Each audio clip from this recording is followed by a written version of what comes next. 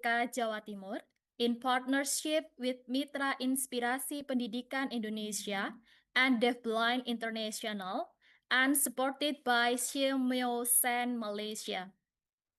Our collective objectives are to raise awareness of the remarkable potential of children with multiple disabilities when provided with appropriate support, shed light on children with deafblindness who remain unidentified in educational and community settings, strengthen cross-sectoral commitment to developing inclusive services, foster dialogue and build networks among stakeholders in Indonesia and the ASEAN region to enhance regional collaboration. We are delighted to host on Zoom from 19 countries, including Indonesia, Malaysia, Singapore, the Philippines, Vietnam, Myanmar, Timor-Leste, Australia, Bangladesh, Egypt, Greece, India, Ireland, Japan, Kenya, Nepal, the Netherlands, the United States, and Zambia. A special acknowledgement to our YouTube viewers joining us live. Your participation is truly valued. Let us commence this significant event with a moment of unity and pride. To formally open our webinar, all participants are kindly requested to sit with perfect posture as we sing the national anthem of Indonesia. For our esteemed YouTube viewers, please join us in spirit. Indonesia Raya.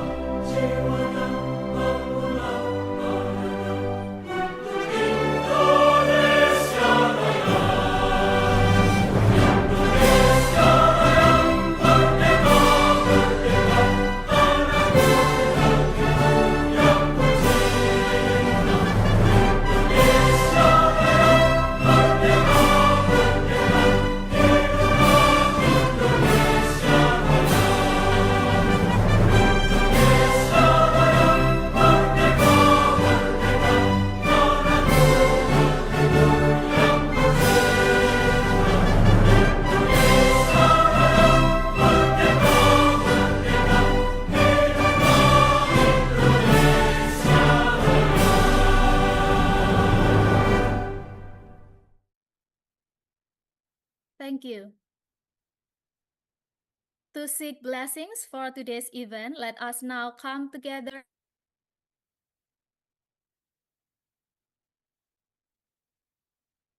Thank you. To seek blessings for today's event, let us now come together in a moment of reflection and prayer.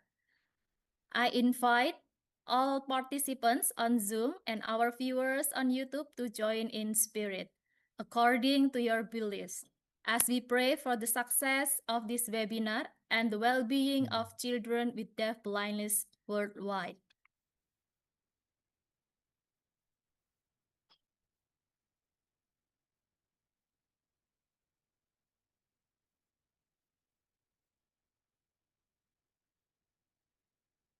Thank you. We now proceed to our first agenda, a welcome address by the head of BBGTK Jawa Timur. It is our honor to invite Dr. Abu Khair to deliver his inspiring remarks. Thank you, Pak Fatma. Assalamualaikum warahmatullahi wabarakatuh. Selamat siang, salam sejahtera untuk kita semua. Good afternoon, my distinguished Bapak Aska Putra Elafri, Director of Secondary and Special Education, Ministry of Primary and Secondary Education.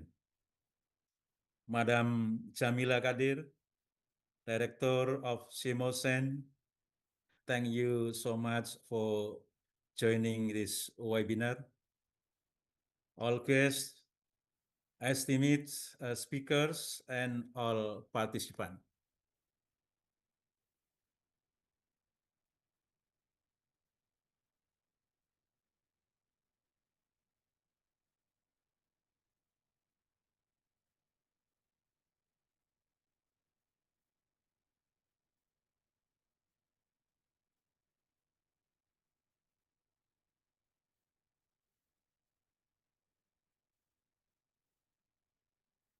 I'm sorry. Tadi baru saja kita sekitar 10 menit ketika ruangan ini tidak ada suara sama sekali, maka ini juga menjadi sebuah media kita berempati kepada sahabat-sahabat kita yang oleh Tuhan tidak dititipkan bisa mendengar suara yang ada di sekitar kita. Bagaimana ketika kita juga mengalami hal yang sama. Terima kasih panitia telah mengkondisikan sebuah suasana hening, sekaligus kita bisa berempati kepada sahabat-sahabat kita. With heart feel gratitude, I am Abu Hair, Head of the East Java Center for Teachers and Education Personnel, or BBGTK Jawa Timur, warmly welcome you to the International Webinar on Deafblindness, organized by BBGTK Jawa Timur in collaboration with Mitra Inspirasi Pendidikan Indonesia Foundation, or MIPI, and Deafblind International. This event carries the theme Voices from Silence, Raising Awareness and Commitment for Children with Deafblindness.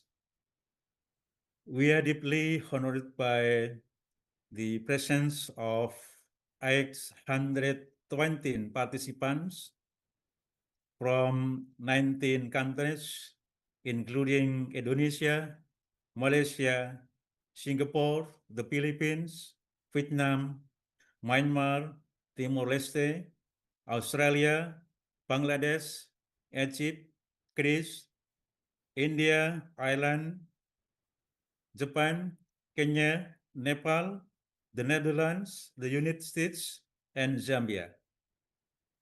Your participation from across the globe reflects a shared concern and commitment to addressing the challenge faced by children with multiple disabilities, who often remain unidentified in educational and community settings.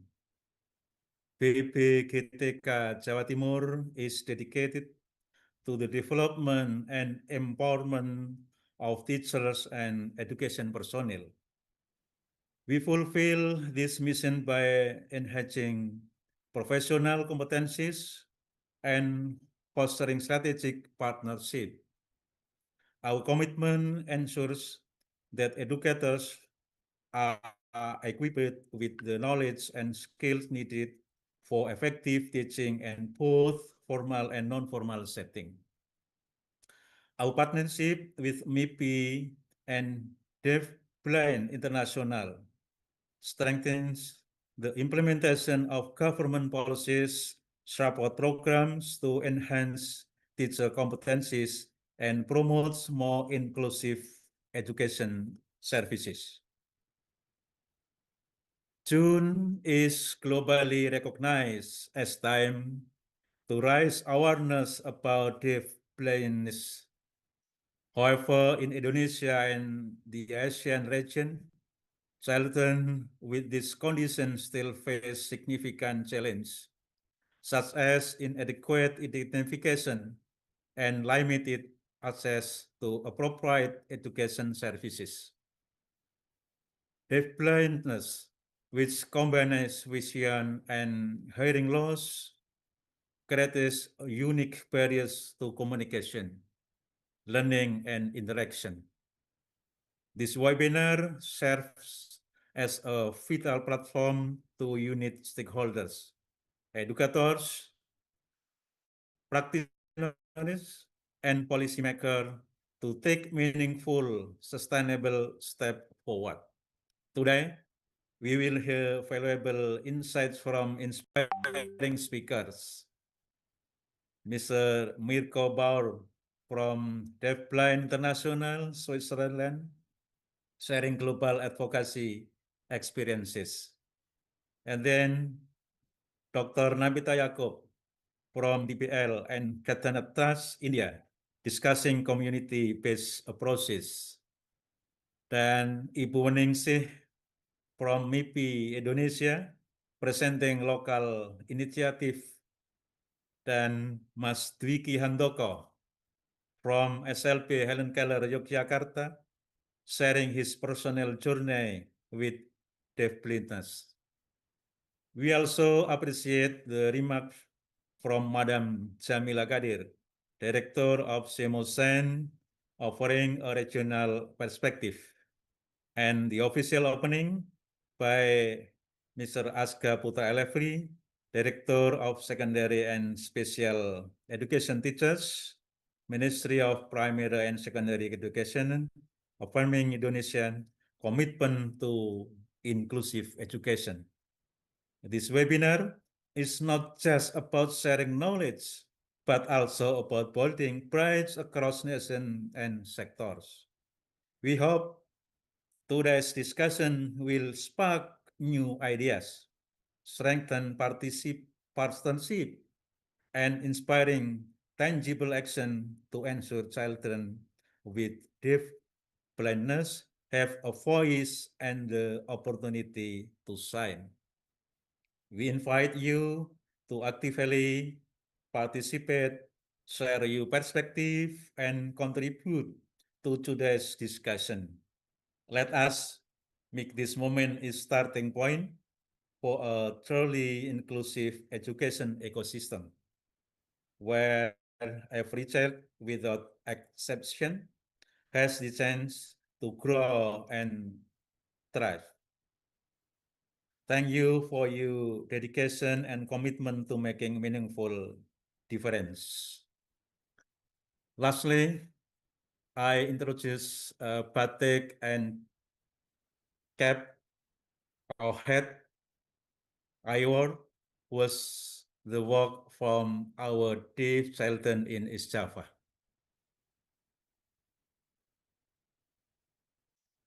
Enjoy the webinar and let us work together toward a more inclusive future. Thank you, and thank you so much.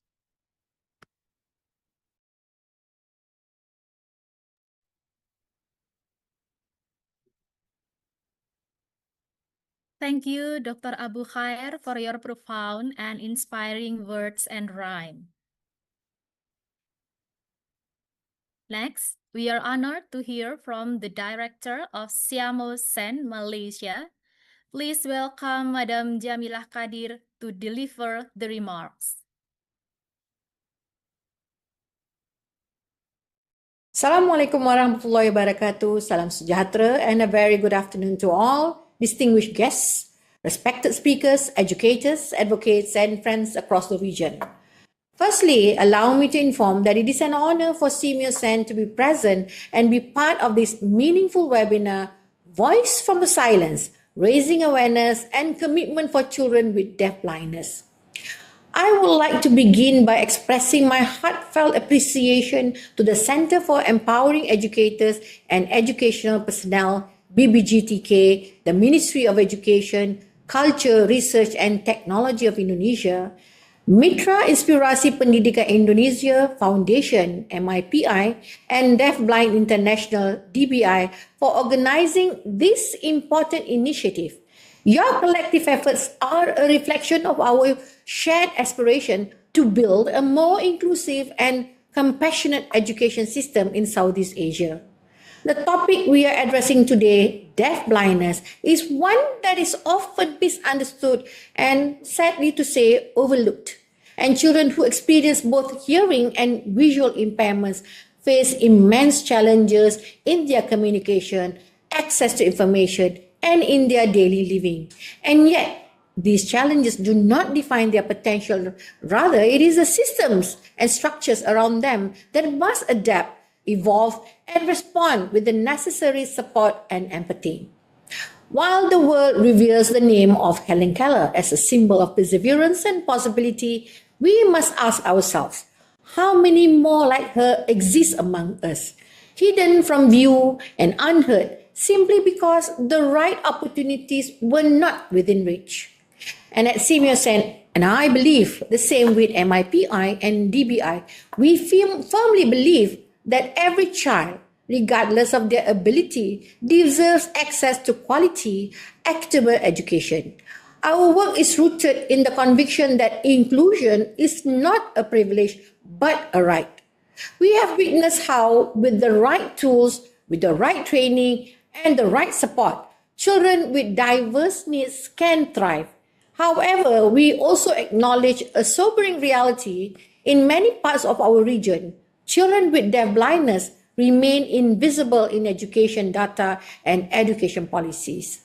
Many are kept at home, unidentified or misclassified, and lack access to services that cater to their unique needs. Their voices, quite literally and metaphorically, are absent from the conversations that shape their future. This webinar, ladies and gentlemen, is more than just a knowledge-sharing platform. It is a call to awareness, a call to empathy, and also a call for action. It presents an opportunity to listen closely and advocate for the voices that have long been silenced, to engage in more meaningful dialogue, and to reflect critically on what we must do together in moving forward. I'm heartened by the strong lineup of speakers and also the depth of experience they bring from both local and international contexts. Their insights will no doubt inspire all of us to rethink, to renew our commitment to building a more inclusive system. Simiosen, ladies and gentlemen, remains fully committed to advancing inclusive education across the region. We are more than eager to continue collaborating with key partners like MIPI and DBI to strengthen teacher training, to promote research, and also to promote knowledge exchange, to support families and communities, and explore assistive technologies and practices that are contextually relevant. We believe that inclusion must be embedded at every level, from classroom practice to policy design, and that children with deafblindness must be recognized not for their limitations, but for their humanity, dignity, and potential. Last but not least, I wish to congratulate the organizers and all participants for championing such an important cause. Let this be a turning point, ladies and gentlemen. Let this be the moment when silence gives way to advocacy, invisibility gives way to recognition, and isolation gives way to belonging. And let us act now, and let us act together to build a world where every child, especially those with deafblindness, is seen, is heard, is supported, and celebrated. Thank you once again for having Simiosen to be part of this very, very impactful journey. Thank you very much.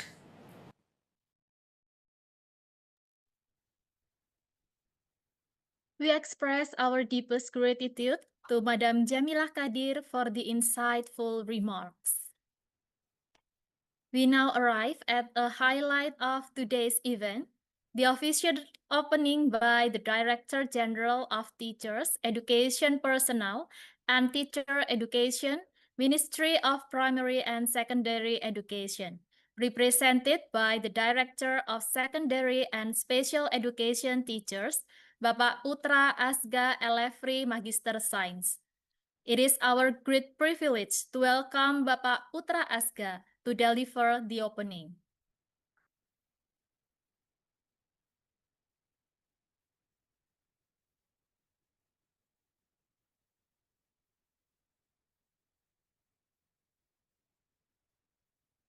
Please deliver your remarks, Bapak Putra Asga.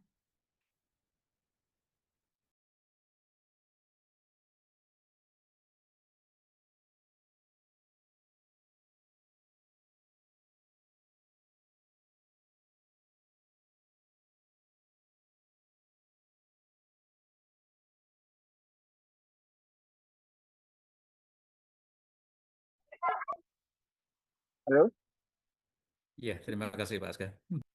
sudah terdengar Pak? Pak Bisa, Johan? bisa didengar, bisa. Terima kasih. Baik, baik. Bismillahirrahmanirrahim. Assalamualaikum warahmatullahi wabarakatuh. Good afternoon, everyone. Because my English is not really good, so allow me to speak in Indonesia. Izin saya mengawali dengan pantun ya, kekayaan dari Indonesia. Sinar pagi menembus jendela kaca, angin lembut menyentuh lapangan. Izinkan saya membuka dengan rasa untuk suara yang tak selalu terdengar dalam keramaian. Rintik hujan jatuh perlahan, membasuh bumi dengan kelembutan. Hari ini kita satukan perhatian bagi anak netra-rungu yang butuh penguatan. Mentari hadir menggantikan malam, menyapa dunia dengan penuh pesan. Izinkan saya ucapkan salam ke Bapak Ibu pejuang pendidikan yang penuh ketulusan. Assalamualaikum warahmatullahi wabarakatuh. Salam sejahtera untuk kita semua. Om Swastiastu, Namo Buddhaya, Rahayu, salam kebajikan. Good afternoon, everyone. Yang saya hormati Kepala Balai Besar Guru Penggerak Jawa Timur, Bapak M.Pd. Yang saya hormati Director of CMEOSET, Madam Jamilah. Yang saya hormati tentu saja para narasumber hebat dari Indonesia dan mancanegara. Yang saya hormati perwakilan dari Deafblind Internasional dan Yayasan Mitra Inspirasi Pendidikan Indonesia.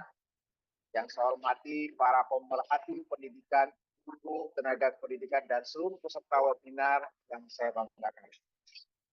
Saya mewakili Ibu Direktur Jenderal Guru Tenaga Pendidikan dan Pendidikan Guru, Profesor Dr. M.Pd, menyampaikan salam hangat dan apresiasi yang setinggi-tingginya atas terselenggaranya webinar internasional ini. Kegiatan ini bukan hanya simbolik, tetapi juga merupakan bentuk konkret dari komitmen kita bersama untuk mewujudkan pendidikan yang inklusif dan bermartabat. Terima kasih Pak Abu Her yang sudah menginisiasi forum terhormat ini. Tema Voice from the Silence mengingatkan kita semua bahwa anak-anak dengan deafblindness, disabilitas netra-rungu adalah anak-anak yang harus mendapat perhatian agar terpenuhi hak belajarnya, hak hidupnya. Hal ini sejalan dengan kebijakan Kementerian Pendidikan Dasar dan Menengah, yaitu pendidikan bermutu untuk semua anak Indonesia. Mereka adalah anak-anak yang memiliki potensi, harapan, dan hak yang sama untuk berkembang dalam ruang yang ramah, adaptif, dan manusiawi. Di Indonesia kita masih menghadapi tantangan besar dari kurangnya identifikasi dini, keterbatasan layanan pendidikan khusus, hingga masih minimnya tenaga pendidik yang terlatih menghadapi kebutuhan kompleks anak dengan netra-rungu. Karena itu, forum ini menjadi sangat penting untuk menyatukan perspektif global dan praktik lokal, memperluas pengetahuan, serta menumbuhkan empati dan komitmen lintas sektor. Bapak Ibu yang saya banggakan, Kementerian sangat mendukung upaya lintas institusi seperti ini. Kita mendorong agar lebih banyak guru dibekali pelatihan terkait pendidikan inklusif, termasuk untuk sakit disabilitas ganda. Kita juga ingin melihat komunitas, sekolah, pemerintah daerah saling terhubung dan bersinergi dalam membangun ekosistem layanan yang berkelanjutan. Bukan sekedar seremonial dan pertemuan sesekali saja. Pertemuan ini menginspirasi kami. Kami juga sedang mempersiapkan akomodasi yang layak. Permendikbudnya sudah keluar, Permendikbud 48. Maka tadi pagi kami sedang mendiskusikan ini juga, tapi mungkin lebih makro dan sekarang berfokus kepada Netra-Rungu. Mari kita mulai dari mendengarkan. Karena dari mendengarkan, kita akan lebih memahami. Dan dari memahami, akan lahir aksi yang bermakna. Mungkin tidak semua dari kita akan menjadi ahli dalam dunia tunarungu, tapi semua dari kita bisa menjadi bagian dari lingkungan yang lebih peduli, adil, dan berdaya. Sebagai penutup, izinkan saya tutup dengan 2 bait pantun. Tak semua suara harus terdengar lantang, ada yang berbicara lewat rasa dan gerakan. Mari kita hadir tak sekedar memandang, tapi ikut membangun ruang yang menggembirakan. Bunga tumbuh di tanah yang diam, tak bersuara tapi penuh kehidupan. Terima kasih atas segala langkah yang telah ditanam demi pendidikan yang adil dan penuh kesetaraan. Atas izin Bapak Ibu semua dan dengan mengucapkan basmalah, Bismillahirrahmanirrahim. Webinar Internasional, Voice from the Silent, Raising Awareness and Commitment for Children with Blindness secara resmi saya buka. Cahaya senja perlahan tenggelam, di langit senyap, tercipta keheningan. Izinkan saya ucapkan salam, mohon maaf atas segala kesilapan. Wabillahi taufiq wal hidayah. Wassalamualaikum warahmatullahi wabarakatuh. Salam hormat dan terima kasih Bapak Ibu semua. Terima kasih Pak Dir. Our deepest appreciation to Bapak Putra Asga for his inspiring words and for officially opening this webinar. To commemorate this significant moment, we now proceed with the virtual gong ceremony, which our YouTube viewers are invited to witness.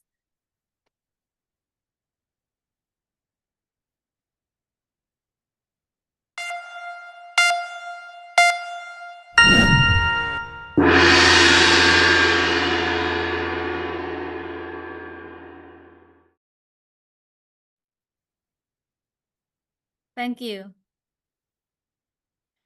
Let us now capture this moment with a virtual group photo facilitated by Pak Rahman for our Zoom participants. Please smile and ensure your camera is on. For our YouTube viewers, we appreciate your presence and encourage you to share this moment in spirit. You may take the picture, Pak Rahman. Okay, I will count 1 until 3, but I think there are a lot of slides, so I will first I will take the first shot for the first slide. 1, 2, 3. Next. 1, 2, 3. 1, 2, 3. 1, 2, 3.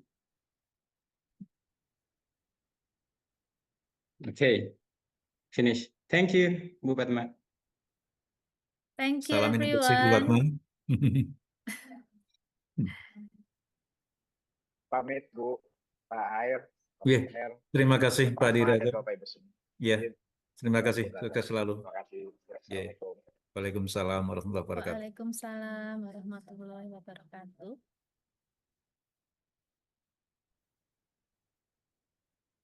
Okay. At this time, we kindly request Zoom participants to fill out the attendance link shared by Bu Vida in the Zoom chat. YouTube viewers, please stay tuned for the upcoming sessions. As we transition to webinar sessions, I would like to hand over the proceedings to our moderator, Bu Atmi, with translation support from Bu Wening and Bu Widya for both Zoom and YouTube audiences. Thank you for your attention, and I will return later in the program.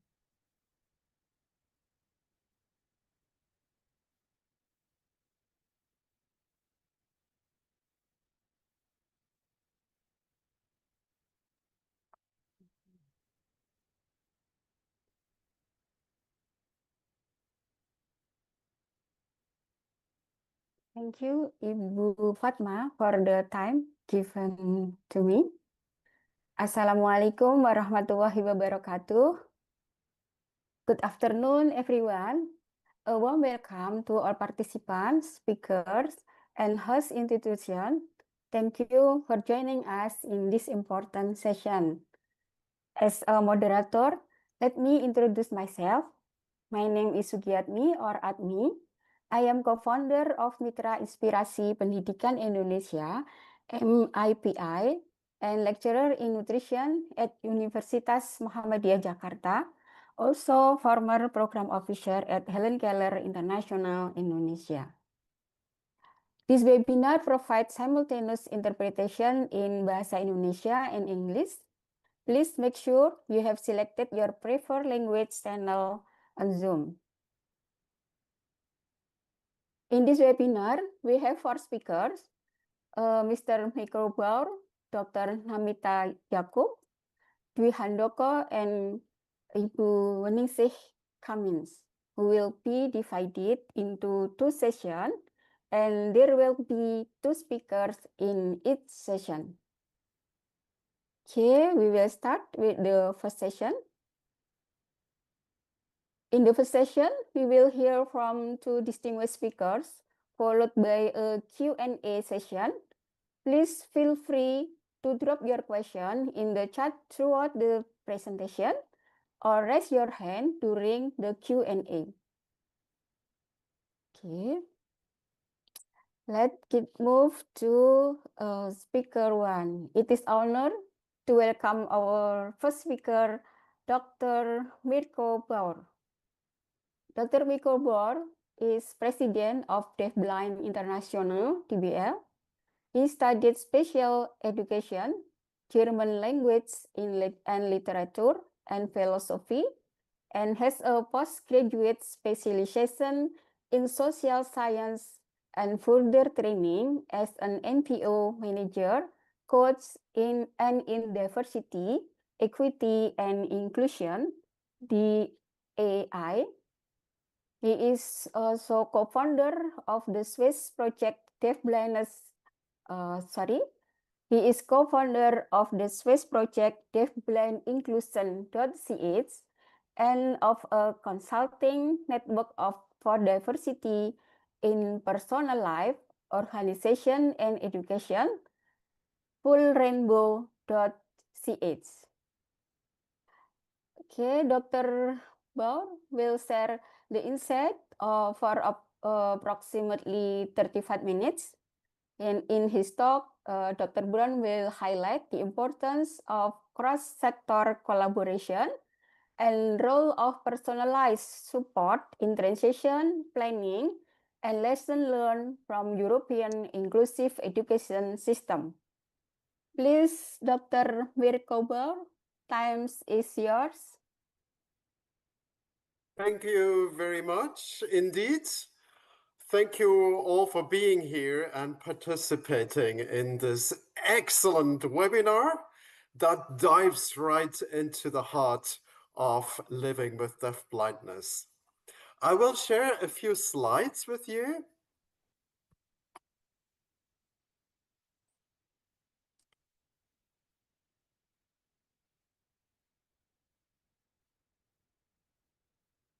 So, this webinar is focusing on children with deafblindness. So it is very important to ask this basic question: where are we in education worldwide? Since I'm representing Deafblind International. If we ask this question, we have to follow a path of sub-questions. And the first one is asking ourselves, what is deafblindness actually? And what do we know about children with deafblindness? Then we have to ask ourselves, what is the current situation in education worldwide?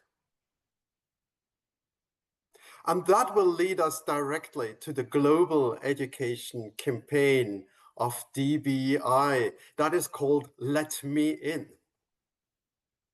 Finally, I will touch on a topic that provides us with a new chance in education of children with deafblindness.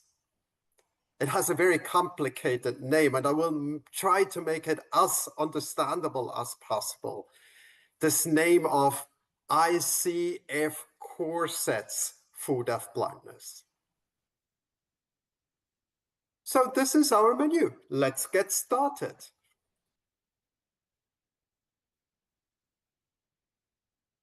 If we start, let me just say a very, very short word on Deafblind International.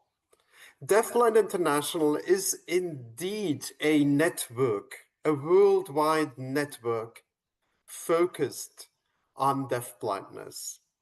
So we connect to change things for the better.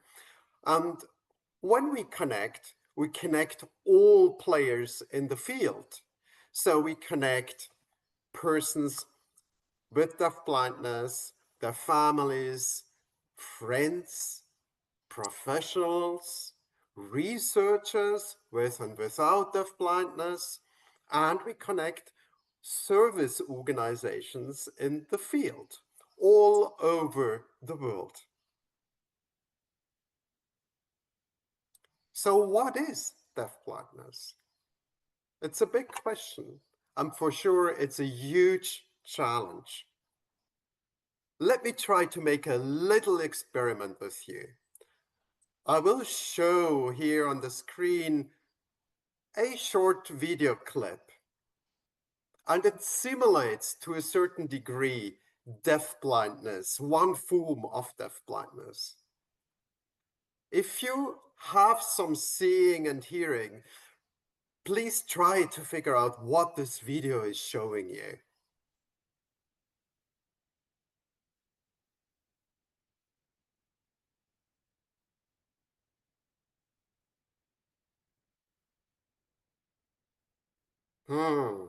I'm sure that was difficult, wasn't it?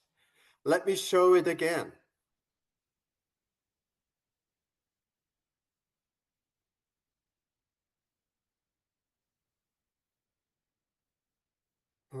So you noticed you have some vision, you have some hearing, but very probably you don't know what this video just showed you.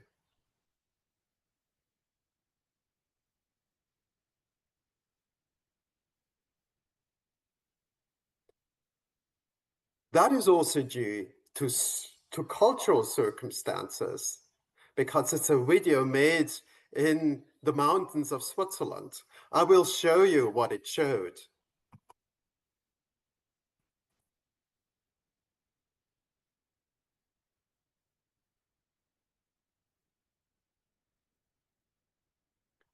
So that was the video showing. And you notice now, you have made this experience yourself, if you could, that deafblindness is indeed a huge, huge, huge challenge.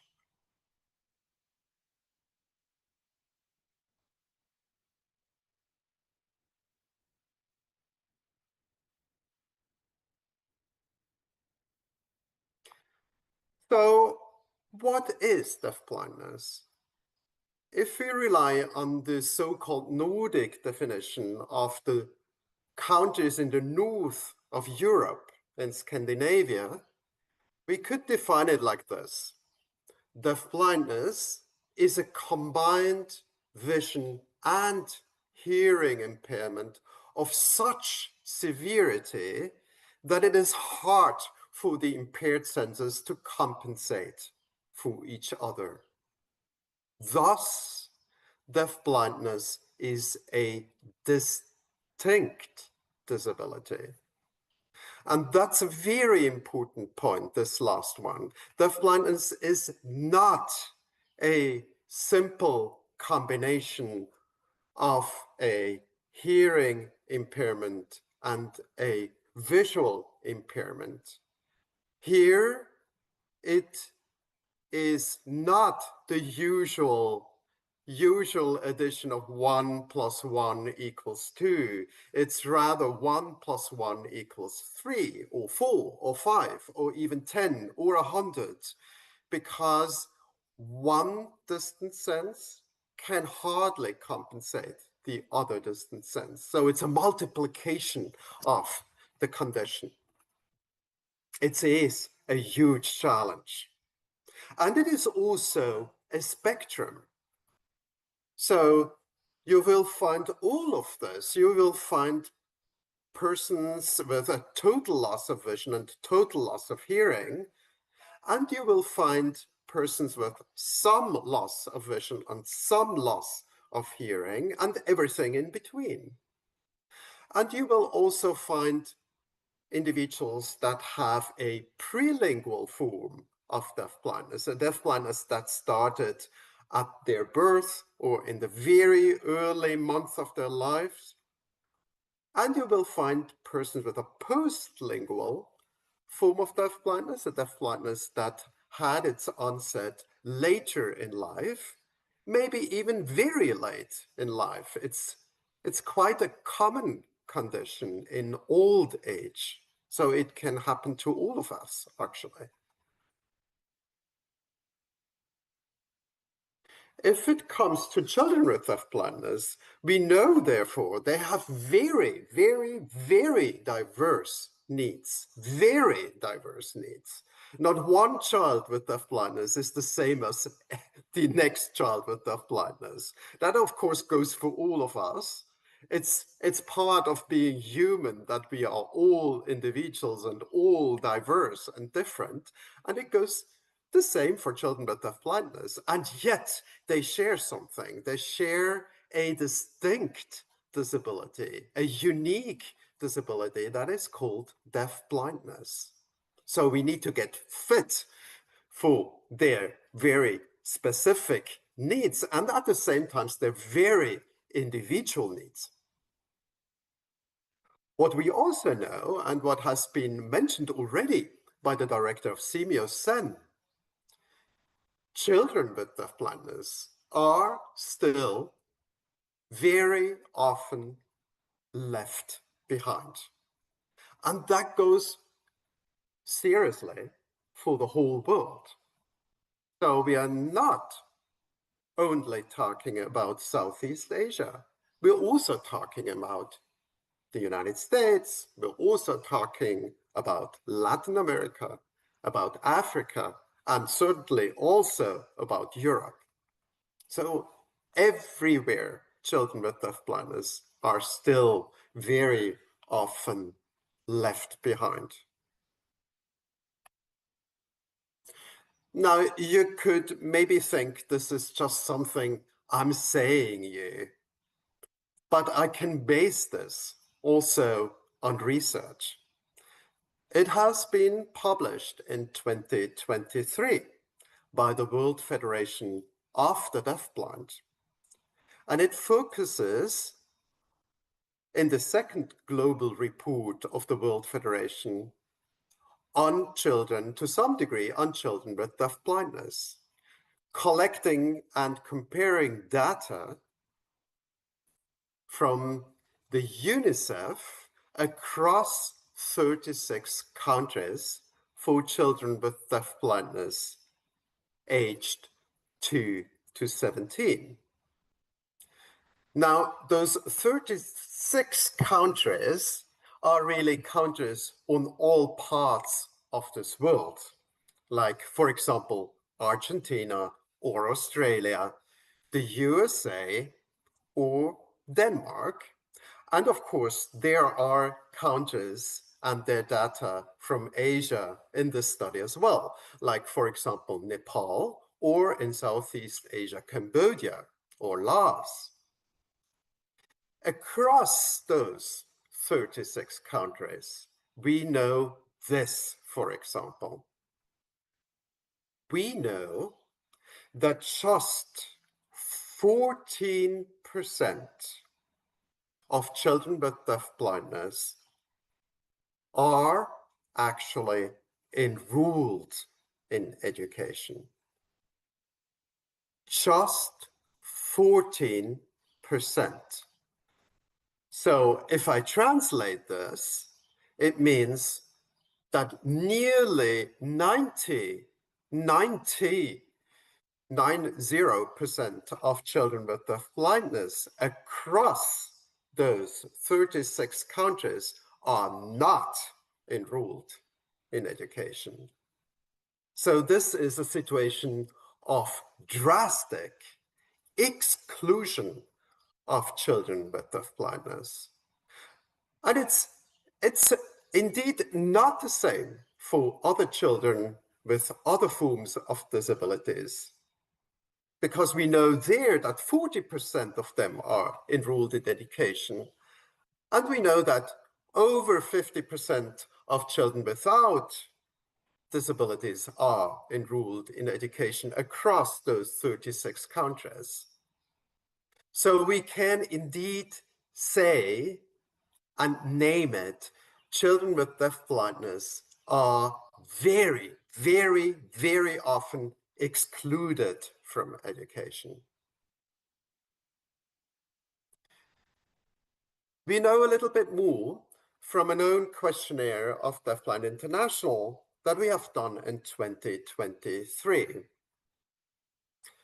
We have collected answers to this questionnaire from 32 countries, especially in Africa, Asia, Latin America, and the Caribbean.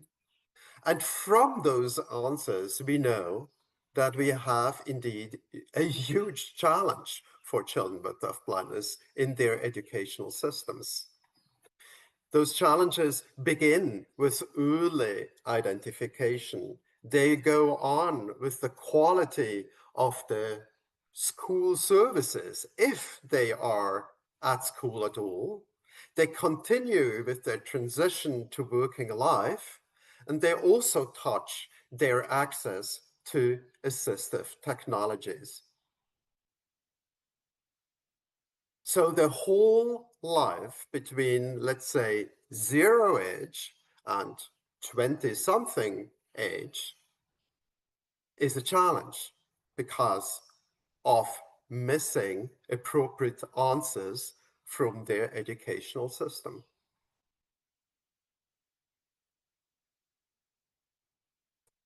Well, I don't need to tell you that this is against all international rights, against all of them.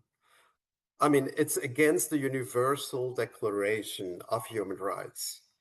It is against the Convention on the Rights of the Child.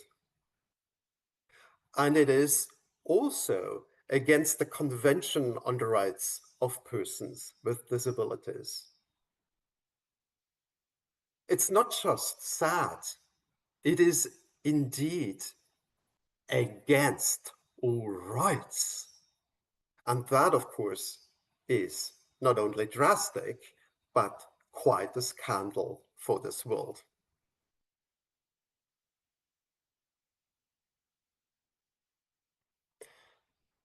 That is why Deafblind International has started a global education campaign to contribute to a positive change of this picture, of this dire worldwide situation. The global education campaign, I'm showing you the poster boy of this global education campaign, a boy that is schooled in Egypt, but he could also be from Indonesia, and he could also be from Latin America, he could also be from Europe, he could be he could be from all over the world. So this poster boy represents the global education campaign that calls with its claim for inclusion. The claim is, let me in. And of course, with everything that we do, also this global education campaign is a campaign in strong collaborations, in collaboration with the World Federation of the Deafblind, with the International Council for the Education of Children with Visual Impairment, with the World Blind Union, and with many, many, many membership organizations of DBI, like, for example, Perkins, the School for the Blind, or ONCE and their Latin American network, FOAL, or with the Overbrook School for the Blind. Many, many, many organizations. I cannot picture all of them. And on the sideline also UNICEF is watching what is happening with this global education campaign. What are we doing? What are we doing in this campaign? Well, we started a research initiative. This is point one. A research initiative that will support 10 new research projects, each in Africa, in Asia, and Latin America.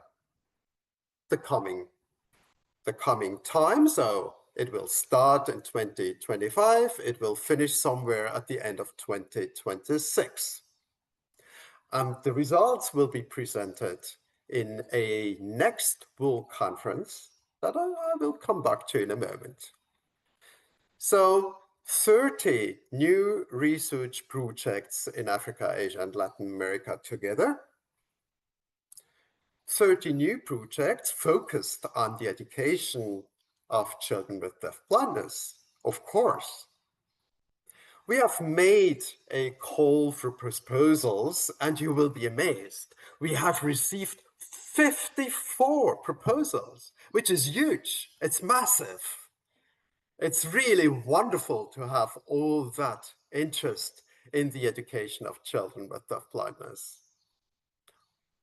So at the moment, we are selecting the 30 projects that we will support, and the selected projects will be announced by July 10. So look forward to it. Point two, we also were inviting for national projects, concrete, down-to-earth, practical national projects for the inclusion of children with deafblindness in their educational systems. And there as well, it's amazing. We have received 24 projects from 23 countries in Africa, Asia, and Latin America. And those 24 projects, they would be relevant for approximately 5.8 million children. Wow. In Asia, we have received projects from Bangladesh, from Nepal, from Indonesia, from the Philippines, and from Vietnam. So this is wonderful because it goes across Asia, no? And they're already those projects. They just need to be picked up and implemented. So if we can find collaborations, networks to support those projects also financially, we're ready to go. And we're not talking about lots of money. Each one of those projects cost around 20,000 euros for 2 years. So that's a very, very down-to-earth cast, which tells you that we are talking about hands-on projects that want to make first very relevant steps forward. Besides those national projects, we also have regional activities. And of course, this webinar is one of the regional activity in Asia. And it's thanks to the network in Asia that it has become possible.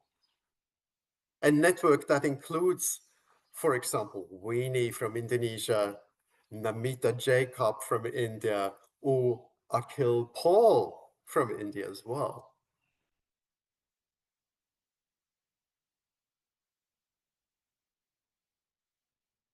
Point 3 in this global education campaign are conferences. Conferences are of huge importance to share and exchange experiences, to learn from each other, to acquire competences in the field of deafblindness. It's such a specialized, such a distinct field. We need to meet online and or on-site to learn from each other, just like today. What we just had in 2024 is a first interministerial meeting on deafblindness at the university, the Catholic University of Cordoba in Argentina. So we succeeded in bringing representatives of the ministries of education from the Latin American countries to Argentina to learn and exchange about deafblindness. This year, besides this webinar and a conference in Latin America again, we also had the first DBI Regional Asian Conference taking place in Pokhara in Nepal this last March. Next year, we will host a Africa conference in South Africa together with ICEVI Africa. And then in 2027, in July, we will have the very first joint World Conference of Deafblind International and the World Federation of the Deafblind in Switzerland. So you see, we're constantly active, trying to move things forward.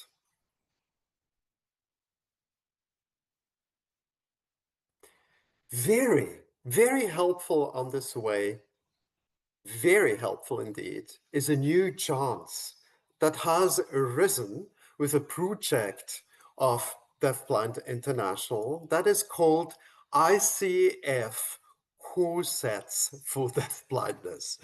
So we have arrived now at this very complicated name, ICF Corsets for Deafblindness. Let me try to make this a bit more understandable.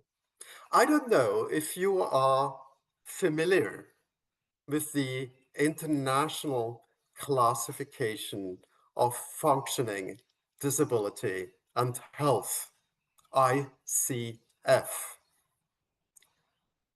This international classification is a World Health Organization classification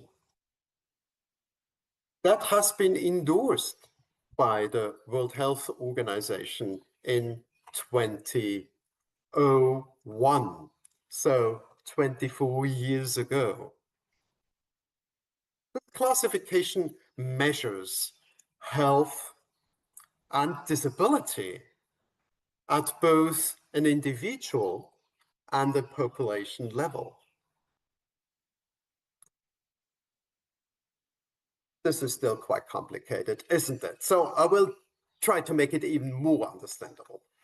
I'm showing on the screen now the model of this classification, the ICF. And what it really does, this ICF, it takes a health condition, like, for example, deafblindness, and translates it into different aspects of life and being. So it asks you, okay, you're a person with deafblindness. What exactly does this look like in your body functioning? So, for example, in your seeing and hearing, what exactly does this look like in your body structures? So, for example, in your eyes or your ears or your brain. And then how exactly does this impact your activities in life? For example, your mobility in life, or your orientation while moving from point A to point B, or your activities in reading and writing, or your activities in communication. And what exactly is the impact then on your participation in life, society, and, for example, in education? And how does this interact with major environmental factors, like, for example, attitudes in your society towards deafblindness, towards disabilities, towards gender, for example, or assistive technologies is an important environmental factor as well, of course. So what is there in terms of assistive technology in your society? And finally, it asks you, and how does this interact with individual personal factors, like, for example, your ability to cope with this massive challenge of living with deafblindness?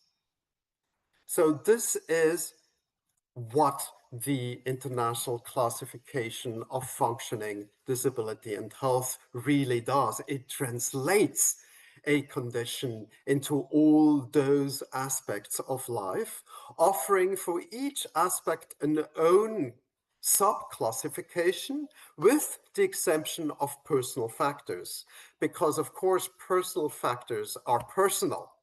They're very hard to classify, so they're not classified in this classification. Now, this is indeed wonderful as a classification. However, it offers you more than 1,400 categories, more than 1,400 categories, which of course is not at all practical in daily life. I mean, how would you work with such an amount of codes and categories? That is why this project of the ICF core sets for deafblindness was looking for the most important aspects for deafblindness in this ICF. It's a project that was started by the Deafblind International European Network, and it was done in collaboration with many partners, especially with partners from the University of Montreal in Canada. It is also a very long project. It took us 4 years, and the final step has just been done by last October, the consensus conference. So we had steps of several scientific publications, always including persons with deafblindness, always in collaboration with the World Federation of the Deafblind. And the final step was a consensus on-site conference in Spain that led to a consensus. What exactly are the most important aspects of deafblindness in this classification of the ICF? We succeeded, and by now you can find the consensus in 3 forms. You can find a comprehensive core set for deafblindness that includes 218 codes, which really are all most important aspects and are also most important aspects for advocacy and policy discussions. But you can also find an intermediate core set that contains 137 codes that are very important in daily educational life because they facilitate interdisciplinary communication. And finally, you can find a very brief core set containing 33 codes that are indeed the most important codes for individual clinical encounters. You can find all of that on the ICF Research Branch website. Of course, under the name of ICF Core Sets for Deafblindness.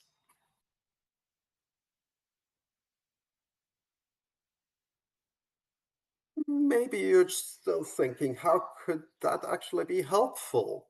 Let me make 2 examples. In Switzerland, we use an ICF-based form for early identification of children with comprehensive needs. Now, this form is ICF-based. I'm sharing on the screen now the Italian version of that form. So it is ICF-based, and it asks you, for example, in the domain of activities and participation about how is your activity regarding seeing or hearing, or regarding reading and writing, or regarding math. Okay, now, if you're not sure as a school psychologist whether the child across your table might be challenged with a form of deafblindness, you will be lost with this very general form, no? Because you very probably have never seen before a child with deafblindness because it's rare, no? So you need guidance. And of course, the core sets for deafblindness will help you. They speak the same language, no? Like this general form for identification. So they will help you look at the most important aspects for deafblindness and will help you, therefore, to identify that this child is indeed living with deafblindness.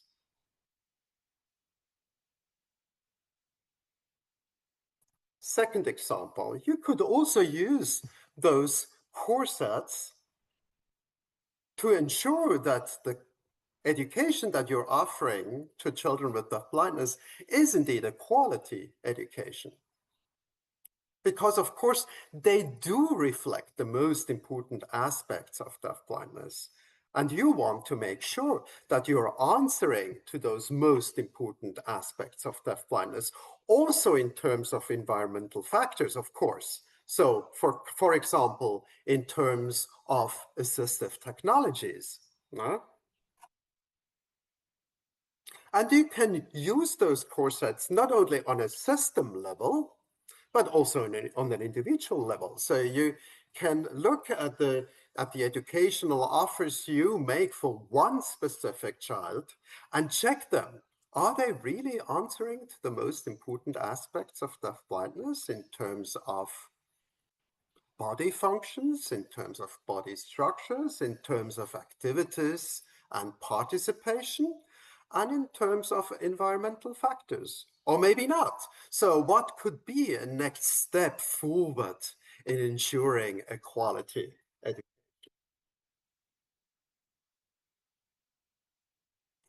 So we're getting to the end of this presentation and my speech with this. And I just want to say and empower and strengthen again the message of DBI, which is also the message of the director of Simeo Sen. So we need definitely to connect. We need to connect, to act in this field of deafblindness, in this field of many more than we would ever hope for children that are confronted with the situation of deafblindness and that are so far excluded from their educational system. So we need to connect, to act, to make sure that all of those children in all countries of this world, in all regions of this world, are let in their educational system. Thank you. Thank you very much for your attention. Thank you, Dr. Mirko, for the speech. Okay, before we move to the Q&A, we will hear the second presenter first. Here I invite Dr. Namita Yaakob. Dr. Namita Yaakob is with us already, yeah? Okay, I will read the biography of the Dr. Namita Yaakob. Dr. Namita Yaakob is a program director at Chetana Trust, Chennai. The organization develops and shares locally relevant solutions to issues in child development, disability, health, and education. It works in particularly close partnership with people who are visually impaired, deaf and deafblind, and those who support them. As an independent consultant, Dr. Yaakob designs and develops services at the community level within hospitals, schools, and orphans across Asia and Middle East and North Africa, and have established some of the earliest comprehensive services for children with complex sensory impairment in India. In her career of over 35 years in development and disability, she has published widely and authored several textbooks, chapters, and 3 books used internationally. Her work includes guiding research, creating teacher and development programs and resources for individuals with disabilities, their families, and professionals who serve them. Yeah, Dr. Namita Yaakob will share her perspective in a 35-minute session, and she will share about the inspiration for the life of an individual with deafblindness from a teacher perspective. Please, Dr. Namita Yaakob, time is yours. Terima kasih, Bu. Thank you, everyone, for this chance to talk. It is such a privilege to be a speaker at this webinar for many reasons. And the first is, of course, the focus on deafblindness, a group that is so often overlooked, so often misunderstood. And then to be at the very first webinar of this organization, sitting beside its founder, a very dear colleague, Weningsih. This too is a great privilege for me. And finally, to see this vast ocean of participants, hundreds of people from all over the world, but particularly from Asia. this is really exciting to me that there are so many that today care about this group of people who was so little spoken about when I first began my career. I am now part of an organization called Chetana Trust. It's a non-profit organization, and it's dedicated to the creation of inclusive opportunities and environments, opportunities for learning, opportunities for development. And we work in close partnership with people with disabilities. While our work is deeply rooted in India, I know that all that we develop and we learn will have relevance to communities around the world. In deafblindness, I find myself in a position of great privilege because we work today beside a group of adults who are deafblind, many of whom I taught when they were children. We work with this organization called SEDB, the Society for the Empowerment of the Deafblind, founded by people who are deafblind and their friends who are deaf. The three men that you see in this picture are leaders within this group. They have created a huge community strung across our very large, very diverse country. And they work to support each other, to advocate for their community. On a huge WhatsApp group, we all learn from each other. We reach out with news, reach out with questions. And I have to say that in my phone, at least, it is the most active group with a lot of posts all the time. We also gather for national conferences. The first was in 2020, and the last was just this year. We've had 3 conferences over the years, and the group has grown, the group that attended the conference. The conferences allow us to interact more deeply with each participant than a WhatsApp group, of course.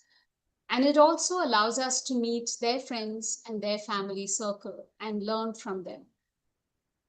SEDB and Chetana Trust have planned and implemented research within the deafblind community and with the deafblind community.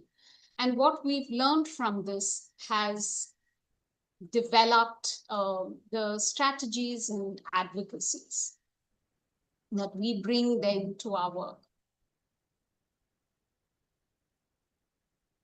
As a young teacher, many years ago, I was very protective of my students. I was very new, I was very young, and I was thrown into this community living with deafblind children. But I had a background in special education, in education and special education. And so I was excited. And at first, I could only see how my skills and my knowledge, and my strategies could help me succeed as a teacher, which I saw as being able to teach them a skill, to be able to understand something, to be able to learn something. But in time, I grew wiser. Many of them, they were just a few years younger than I was. And because I was living with them, I started to see them as I would see my own family members, like a younger brother or sister. And slowly, my aspirations changed because I started to see each of them as people in their own right. I was deeply influenced by Bero's Vacha, the picture that you see in black and white, the founder of Helen Keller Institute for the Deaf and Deafblind, as she was instrumental in helping me see each person and to see their lives through their eyes, not mine.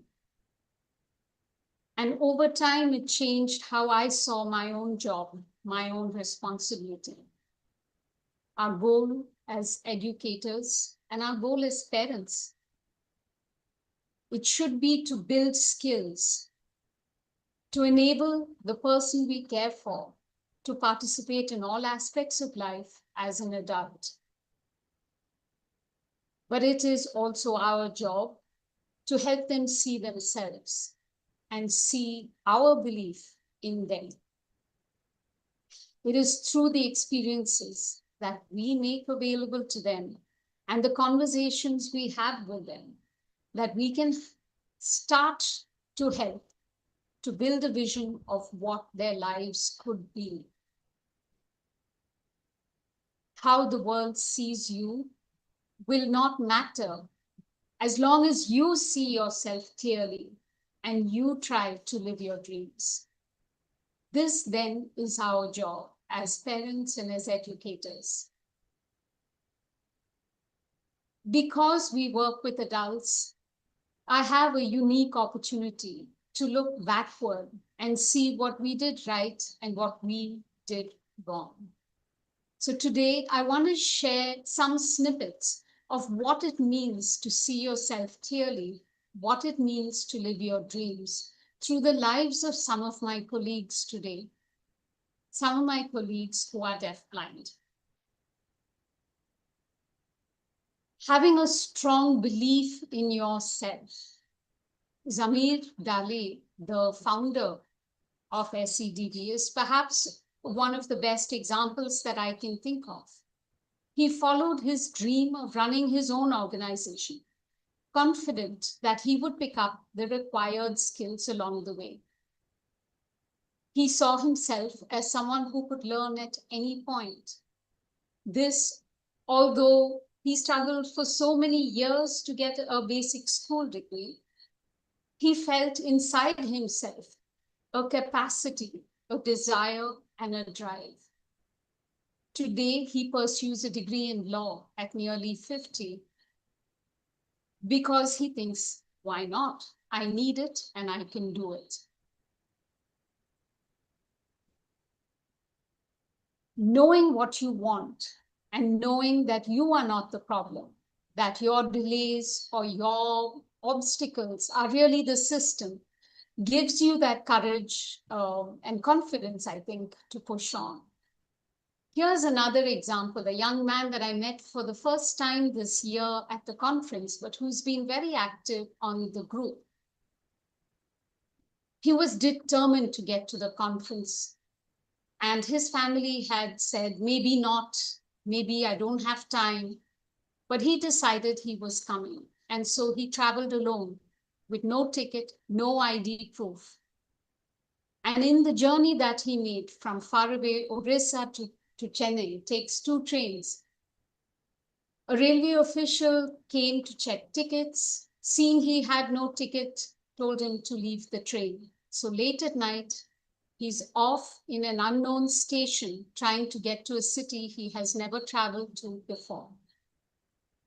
He was upset, but he pushed on, activating one skill after the other, stopping passengers, asking for help, writing the name of the city, calling different people in the group, the WhatsApp group, saying, help me, this is what has happened, and persisting through a lot of problems and a lot of almost abuse, persisting until he managed to get on the correct train well past midnight and get safely to us. When in trouble, trusting yourself, pulling on your skills, all your knowledge, all your past experiences to get what you want. That is the gift self-confidence can give you. What it also gives you is a clarity on your own goals. Can I have the next slide, please? And a confidence in yourself. Seeing yourself as capable, seeing yourself as not the problem. What this gives you is very, very, very important. It is persistence, even in the face of failure. I have in this picture an old student of mine, Saurav. Saurav Ghosh is a very smart, very creative boy, but his communication is a mishmash of science, his imagination, and a lot of creativity. So it's not always easily understood by those who don't know him. But that doesn't stop him. He will still go out on his own, bargain with shopkeepers, and do many, many, many things that I hesitate to do in a new city. Because he is so sure that the problem is someone else, and his motivation to do what he wants to do is so great. He persists. And because he persists, it's amazing how well he succeeds. So then the question to ourselves is, how can we, as educators or as parents, how can we build this sense of capacity in children who are deafblind?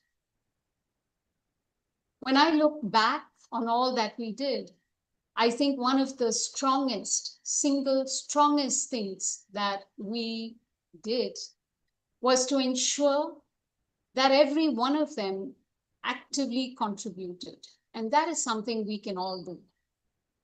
Actively contributing to your community of the moment. It could be your friends, it could be your family, it could be school, hostel, wherever you are, from when they are very young. Placing the expectation on them that they must and can contribute, be useful.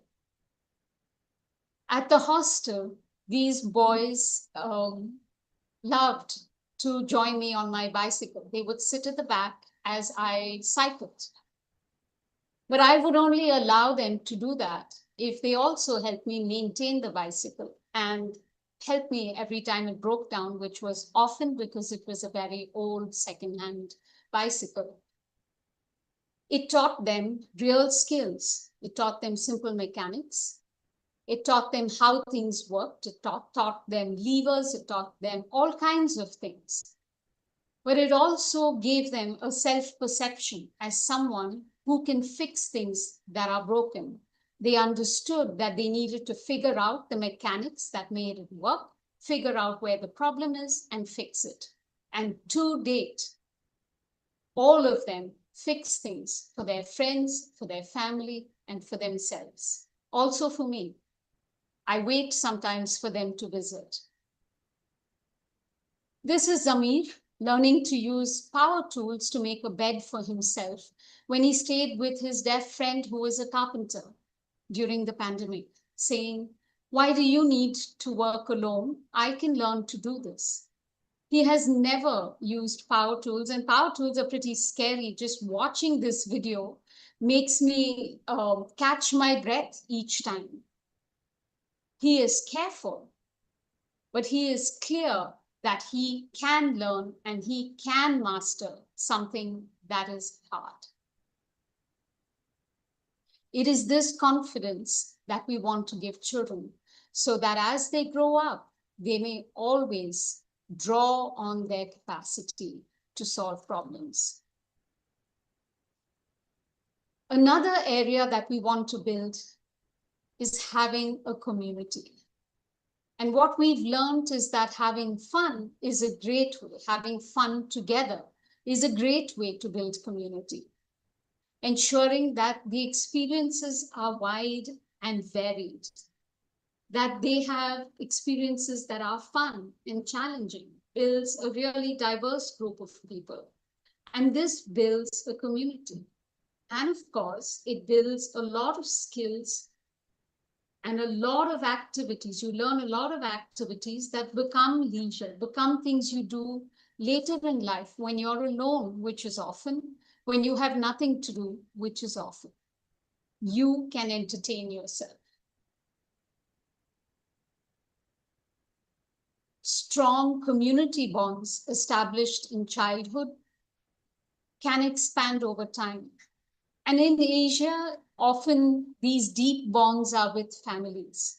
One of the mistakes we make is to restrict the bond between parent and child or sibling and child.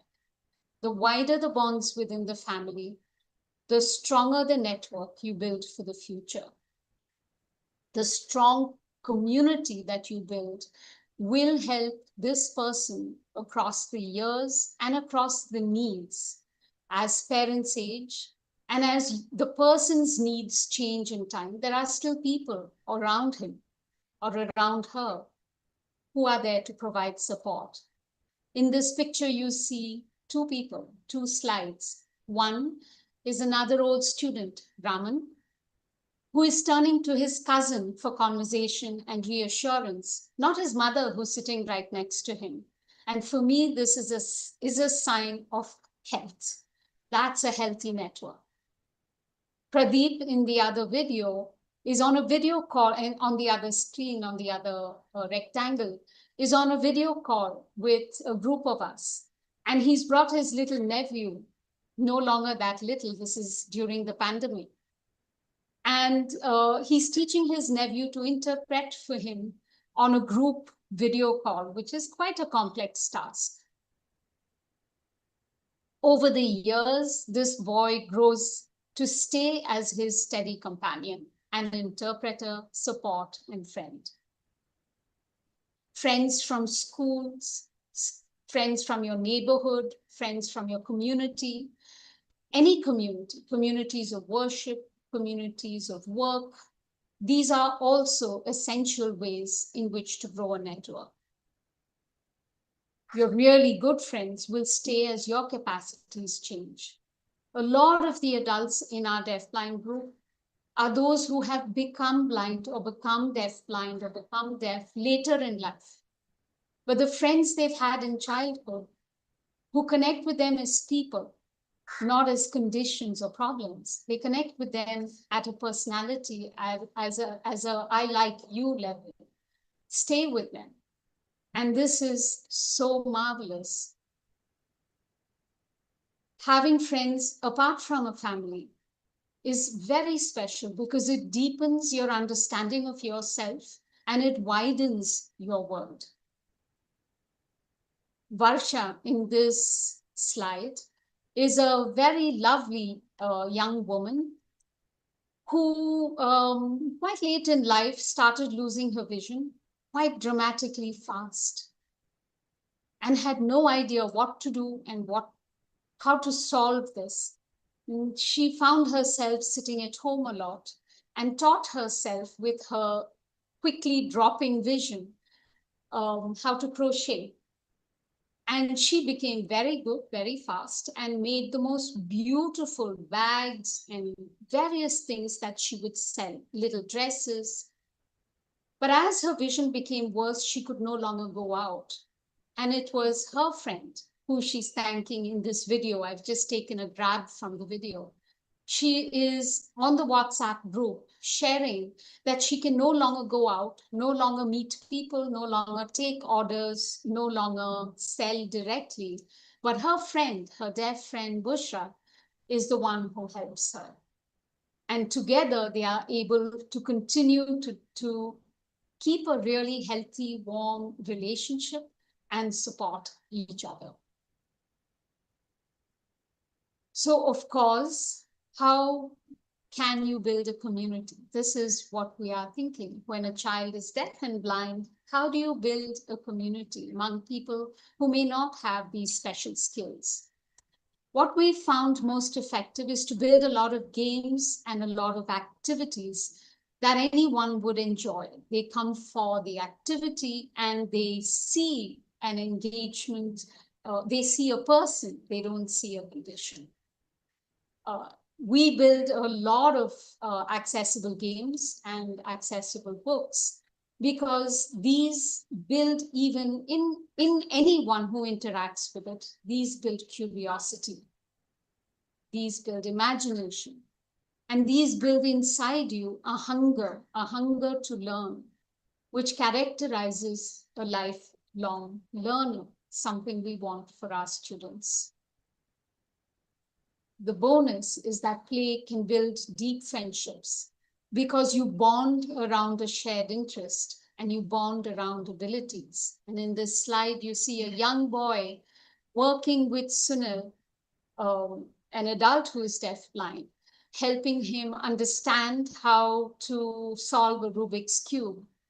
And these two were just so fascinated with each other, enjoyed each other's both capacity and therefore, just made this unlikely, wonderful bond. These activities are intrinsically motivating. And so they can build really good skills for people who are deafblind. They can build problem-solving skills, but they can also build these braille and technology skills without the typical frustration when you're trying to acquire new knowledge. This is Pradeep, who, of course, has long ago acquired all these skills. He uses his refreshable braille display to access our online books, the books that we develop at Chetana Trust, because he's on our professional advisory committee. And I often ask him to check the quality and the access of our work. But when he is alone and he's done with work and he's bored, he often accesses books just for the fun and the joy of reading, and will suddenly pop up in my WhatsApp with a comment or a question about the books that he's read. If we as adults ensure variety in the environments of our students, our children who are deafblind, ensure variety in who they get to interact with, and the range of things that they do, you will also build a variety of networks and a variety of skill sets for interaction. I taught these students in those long ago days how to rollerblade, how to cycle, and how to fly a kite. And I'll tell you that in each of these activities, there were so many foundational, really difficult to teach skills that they could pick up. How to anticipate distance, for example, because we would roller skate independently with no support until you ended in a gate. And so they had to judge the moments as they passed the distance and put their hands out to catch the gate. It's a fantastic skill for a person who's deafblind to learn, and learned in fun. It was learned with ease because it was fun. They learned to anticipate what I was doing when I was trying to teach them to fly a kite, because we had to be at two different points, and what connected us was the kite and the thread. So feeling what I was doing on one side, they needed to judge what they needed to do on the other. These opportunities to explore space and communication across space, things and people across space, wow, isn't that a gift to an educator of children who are deafblind? The final absolute must is to build literacy and technology skills, because that is how you stay in touch if you're deafblind. That is how you stay in touch with an extended community, and how you keep those relationships fresh, and how you will keep learning, and how you will keep contributing. I always like to use the example of Raman and his family, because so much is right. His parents brought him very young to the Helen Keller Institute many years ago. He was a little kid, just barely 3, maybe less than 3. But his parents decided after some years to move home, after they saw that his foundations of learning were built, and more importantly, their foundations of learning were completed. So they went back holding that knowledge while he was still a child and could have spent many more years in school, choosing to do what is they could see was going to be essential for them and for their son. They went home back to where they live, their extended family lives, to ensure that they had a strong family bond with their extended family. They would attend all events. They would make sure that although the family was a bit scattered, that their son was very much in the middle of this large, warm family. And so as his cousins grew up and began to work, they purchased a refreshable braille display, a nice big one that helps Raman because he is supported when comprehension is easy. Comprehension is easy when you're able to give a good sentence or word length all at one time. So with his RBD, initially he did little, but at the first national conference, when his mother Sudha learned about this WhatsApp group and saw how it worked and how the other deafblind all communicated with each other and how this connectedness happened even with people they didn't meet. She went back with this brilliant idea and said, let's create a family group, a family WhatsApp group with Raman. He can read and respond to simple questions that his family members ask. He greets them and he shares simple memories or simple activities like what he ate for breakfast with them. And then in the evening, when he comes home from his sheltered workshop, he reads simple stories on his RBD to entertain himself. And I'm going to show you Raman reading. He's saying R-A-B-B-I-T, B-B-B-B-I-T, and signs rabbit.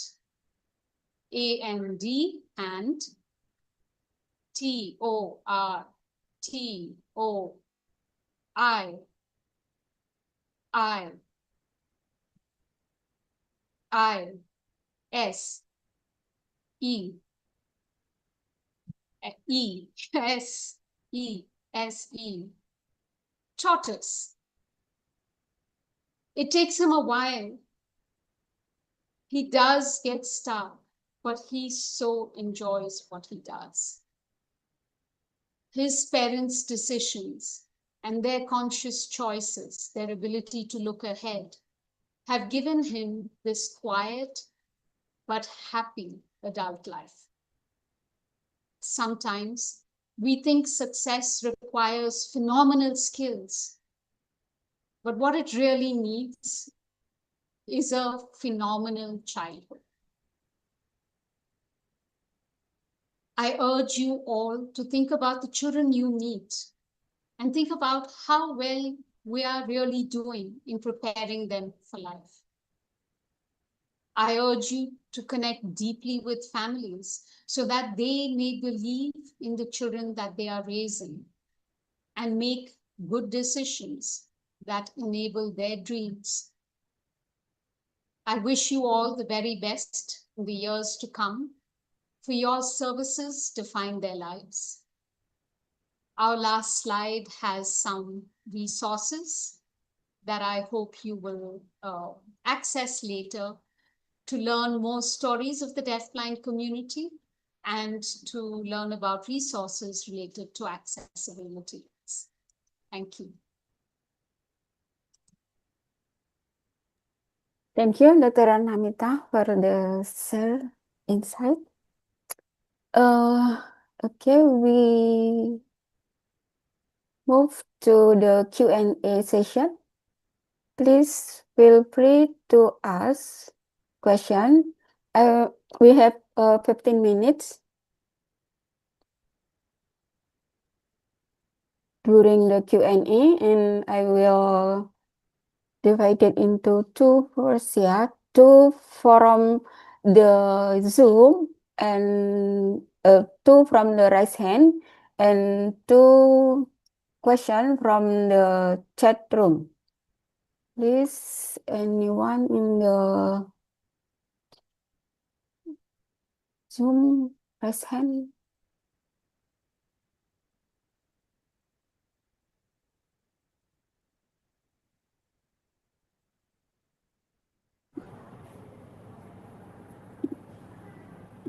Yeah, no, raise hand.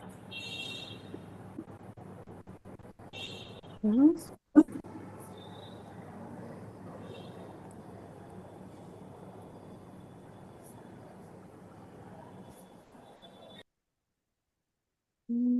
From the Zoom is no, maybe from the chat room. Yes,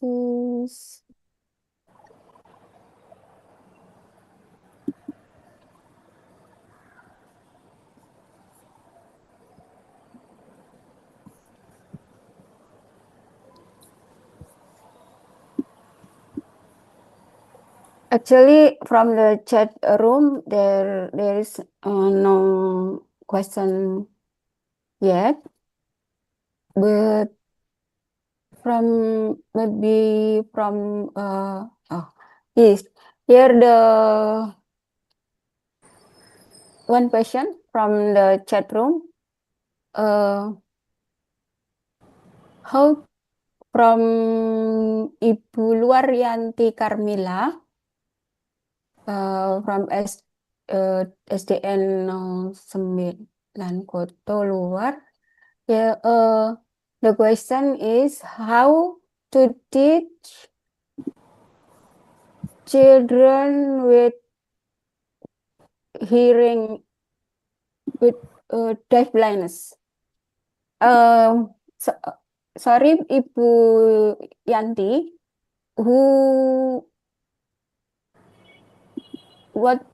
to whom your question is addressed?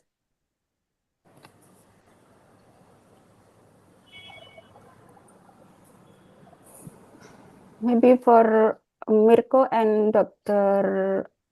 Namita can answer for the question from Ibu Yanti. How to teach children with deafblindness? I will give the first word to Namita. She just finished with making certain priorities in approaching children with deafblindness and facilitating their development. So it's probably best for her to start, and I will follow afterwards. Okay. I'm sorry, I'm not able to grasp the question. What was it? The question is how to teach children with deafblindness in school. The big question. Yeah. Actually, you already explained. Well, it's a very complicated question because, as Mirko pointed out earlier in his presentation, children who are deafblind it just seems it carries within it so many kinds of children, right? A child may have some hearing, may have had hearing before. A child may have had vision, still have vision, or have no vision. So you may, I think the first thing to understand is one, the child can learn. So it is up to you to use your knowledge of what the child already knows as a starting point. Children who are deafblind primarily have a problem with receiving information. We think as sighted and hearing people, and we are used to explaining the world as people who can see and people who can hear, isn't it? So this is the first thing you need to do, switch off that brain and think of how you can connect with a child, connect that child with anything if the only thing available to you is touch. It's actually not so hard if you were to start from that point by saying, I can't see, I can't hear, how do I know you are there? Right? And once you figure that out, you make yourself available to that child. You stay available, and perhaps that is the very big beginning for a child to know that you are there, that you mean well, that you can be fun. I really do believe that fun is a foundation of almost every kind of good learning and good memories and really, really good connections, right? So if we can do that, if we can offer that to a child, and then you just follow, what does the child want to do? What does the child seem interested in? And just join the child in that journey.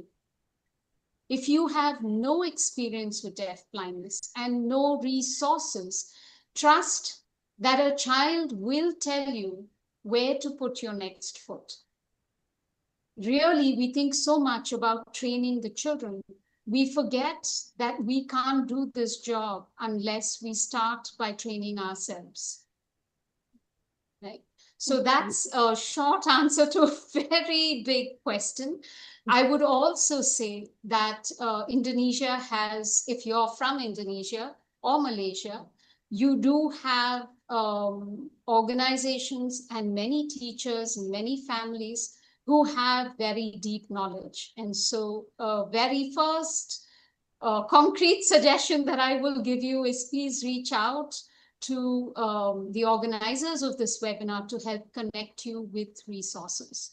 As soon as you come across a person who is deafblind, perhaps that is step one, find your support. Thank you, Dr. Namita. Mirko, please. Yeah, Yeah. I'm just adding to this, Yes. just to emphasize what Namita said. I'm connecting here as well across many years, and you will certainly know this name. It's a very famous educationist, and her name was Maria Montessori. No, I mean, you will know her, and you will know her major message. And the major message is follow the child. Just forget about this idea of I know how to teach, what to teach, when to teach.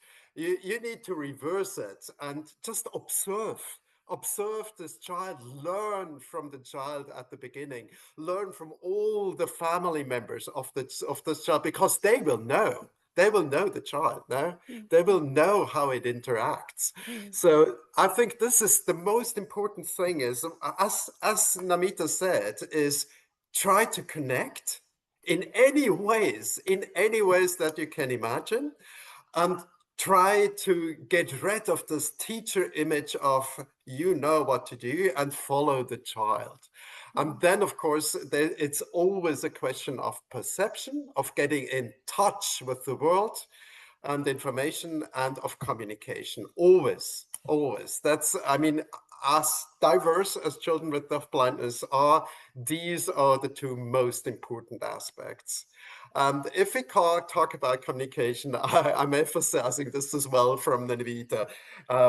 Try to communicate yourself, get in touch, reach out, connect yourself, exchange, do anything to not feel lost, because the challenge, of course, is huge.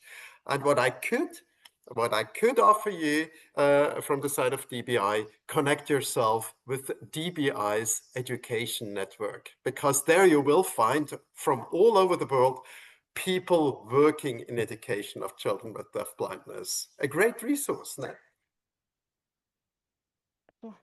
Okay, Mr. Mirko and Dr. Namita. Yeah, the answer from the two speakers is quite great, yeah. And actually, ya seharusnya Ibu Yulia masih bersama kita ya. Saya translate dari apa yang sudah disampaikan oleh Mr. Mirko dan Bu Namita, meringkas saja. Jadi ketika kita mau mengajar anak dengan deafblind itu kita observasi gitu ya. Kita observasi apa yang ada di dalam di anak itu ya, apa yang sudah bisa dikerjakan oleh anak itu, terus kemudian observasi keluarganya, teman-temannya misalnya. Nah, itu kita bisa mendapatkan insight dari situ gitu. Bahwa walaupun kita belum punya pengalaman untuk mengajar anak yang dengan deafblind, tapi kita bisa belajar dari anak itu sendiri gitu. Apa yang sudah dia punya, observasi, kemudian kita manfaatkan gitu. Apa yang ada dari mereka, kemudian kita juga manfaatkan dari resource yang ada di sekeliling kita gitu. Terus yang penting adalah komunikasi gitu. Komunikasi, terus kita juga membangun koneksi ya dengan berbagai sumber gitu ya. Di antaranya tadi dengan deafblind, kemudian tadi juga kalau di Indonesia itu ada yang namanya tadi kalau nggak salah pelita gitu ya, organisasi pelita gitu. Jadi kita harus selalu komunikasi dan koneksi dengan berbagai sumber. Itu yang bisa saya highlight dari jawaban Mr. Mirko dan Dr. Namita. Thank you. The next question may be from Ibu Reni Dwi Indrawati.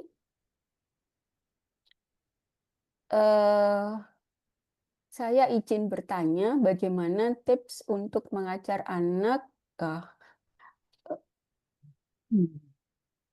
Ya, from Ibu Reni Dwi Indrawati, she asks how to teach children with visual impairment and autism that cannot speak.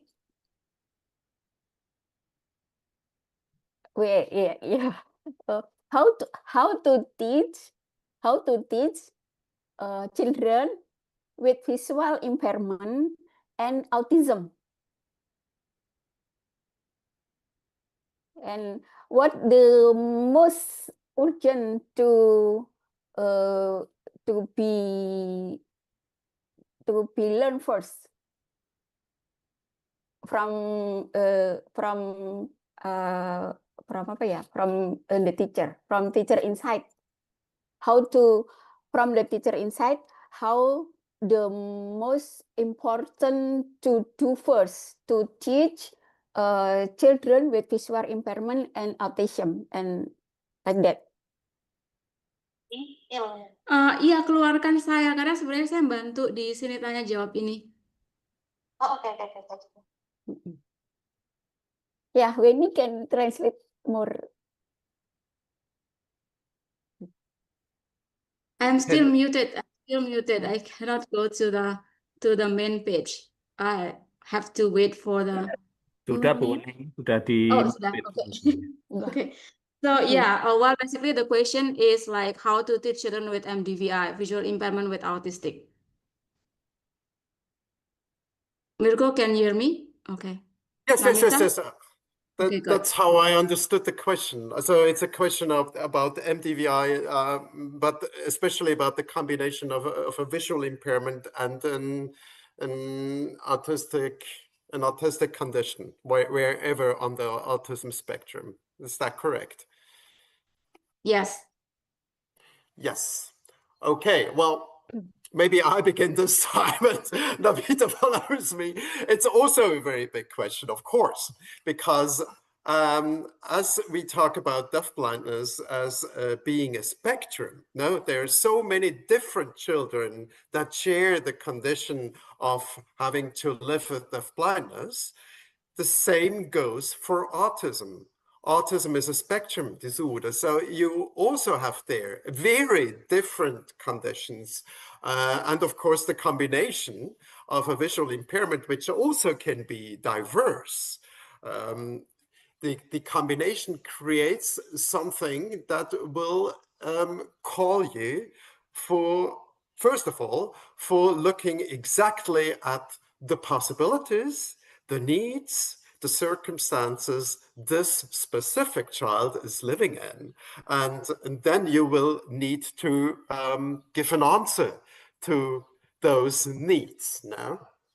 Well, that's part one. Part two is autism. As we know from research, autism is a condition that you will find far more often in sensory disabilities situation. So people living with a visual impairment or a hearing impairment or deafblindness will have more often also the challenge of an autistic situation. It might be a wrong impression. So it might be that it is not really an autism disorder, but that it just looks like it.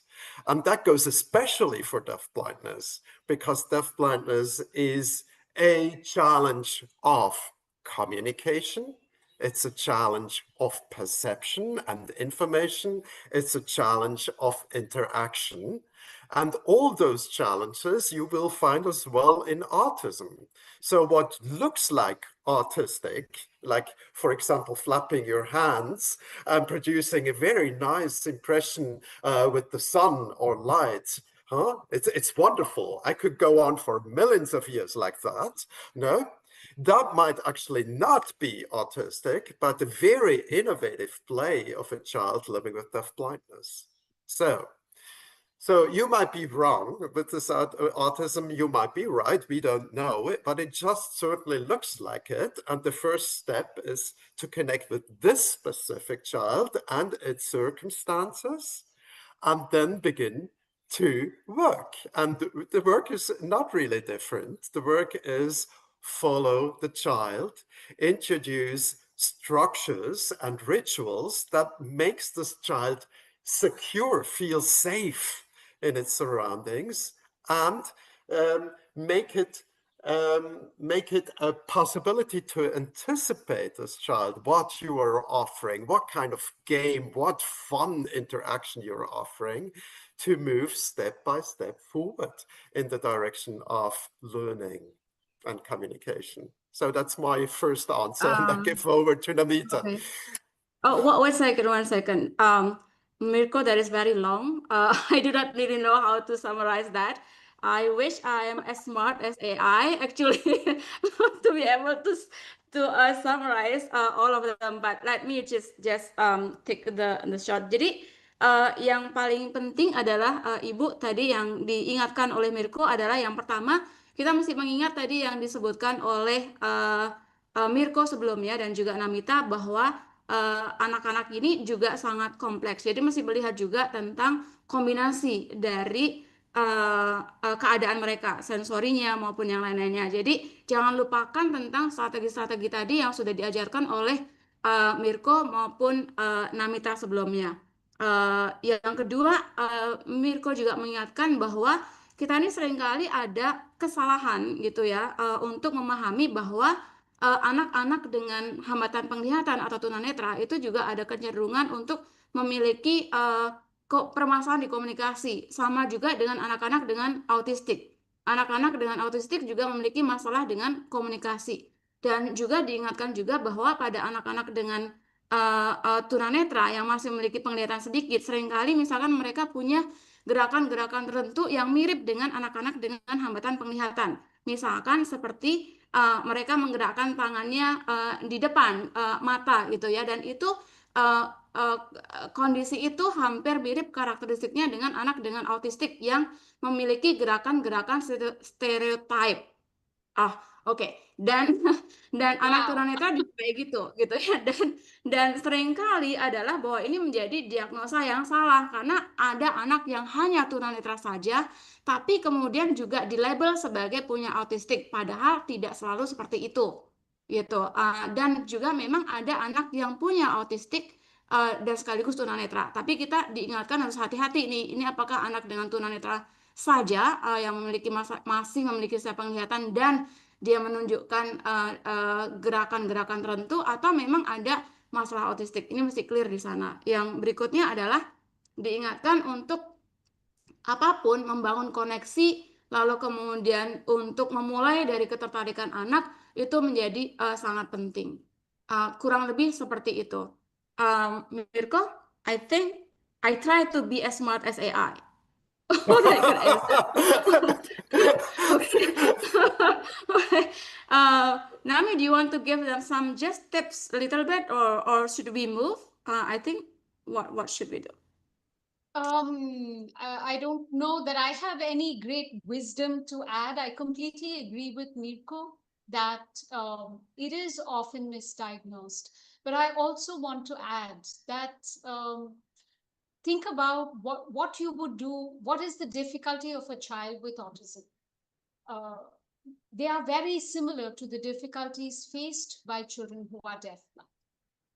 Being able to relate meaningfully with people, communicating, interacting with things, understanding situations. These are all things that children who are deafblind struggle with for different reasons, but they struggle with it all the same. Many of the solutions are the same.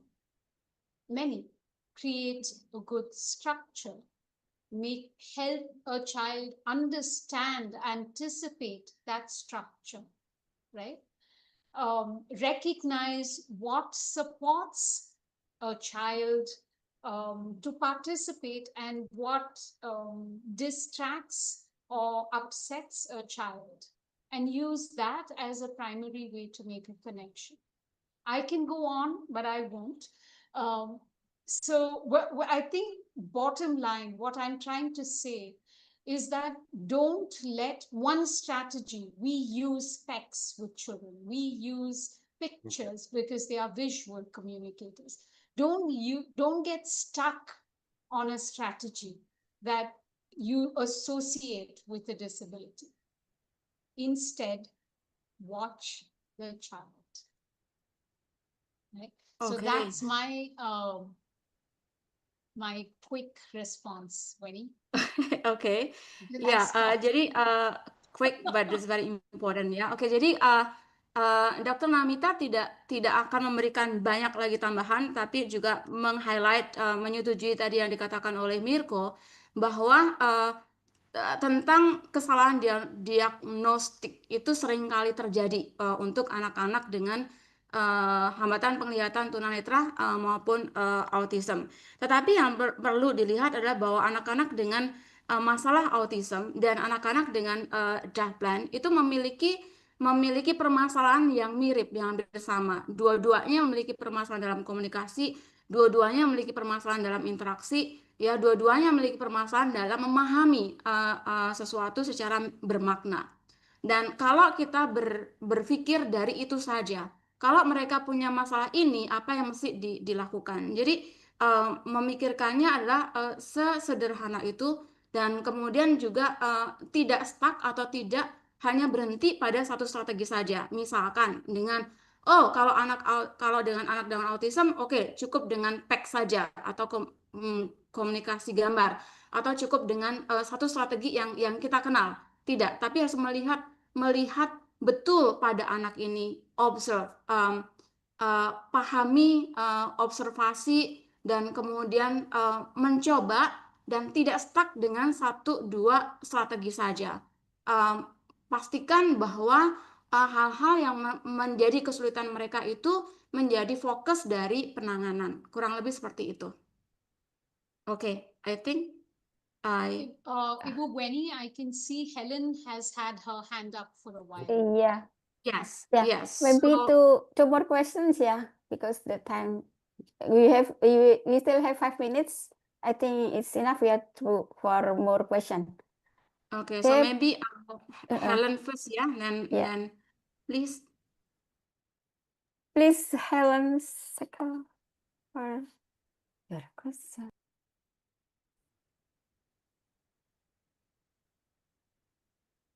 Hello, Hello. Yeah. am I able to hear me? Oh, okay. Yes. My name is Helen. My name is Helen Shakele from Zambia, Africa. I'm a proud mom of a child that was born with congenital deafblindness, and I'm happy to be part of this webinar. And it's nice to see Mirko. I've seen other friends like you and Amy Kame, and just nice to see everyone. And just to also to say good presentations from Mirko and everyone that has presented. So my question goes to Namiko. I was following the video of the boy with deafblindness and the mother. My daughter has problems with wearing clothes on the upper body. So I saw the boy was not in clothes. So I was wondering if maybe it's the same experience what I'm experiencing with my daughter, because most of the time she switches on and off to wearing clothes. So I've tried to to make her wear different clothing materials and with different types of cotton, but I'm still having some challenges. So I don't know if I'm not doing it right. Maybe I'll just need some clarity from the people around this webinar. Thanks. Sure. Well, let me start by saying we live in a very, very hot South. And hot and steamy South means that the guys get away with walking around without a shirt on, especially when they're at home chilling in the afternoon after a day of work. So, so it's not that he doesn't like it. It's just that most people would do that at that time of the day. Most of the guys would do that at that time of the day. But I do hear you, and we do have a lot of kids who have sensitivities to a lot of it, and you have to figure out to what. Is it to temperature? Is it to texture? Is it to closeness? And a lot of the solution lies in experimentation. Unless we get to know the child, it becomes a little hard to anticipate. But what Mirko said right at the beginning, I think stays true to every problem we bump up against, which is follow the child, watch the child to figure it out. I know, Helen, that, you know, with your background, I have no doubt that it is something that you have tried and thought very deeply about. Perhaps this is something we can talk about outside, because I know we have just a few minutes left with the question time before we move forward.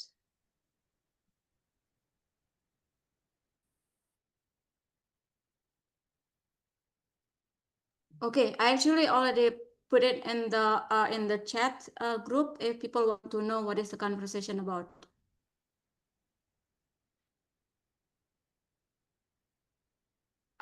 Can you hear me?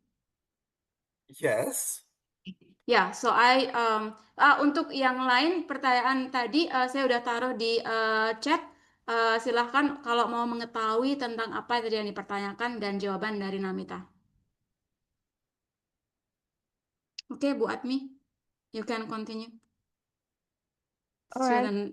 Next. The last questions from chat room from Alice Pelita Indonesia. I am Alice Deafblind from Yayasan Pemberdayaan Tuli Buta Indonesia. Have a question for Namita and Mirko. How does your country provide reasonable accommodation school and assessing educational material? Is everything provided free of charge by your government? And how is the deafblind inclusive school policy implemented? Is there a care and support program for families with deafblind children?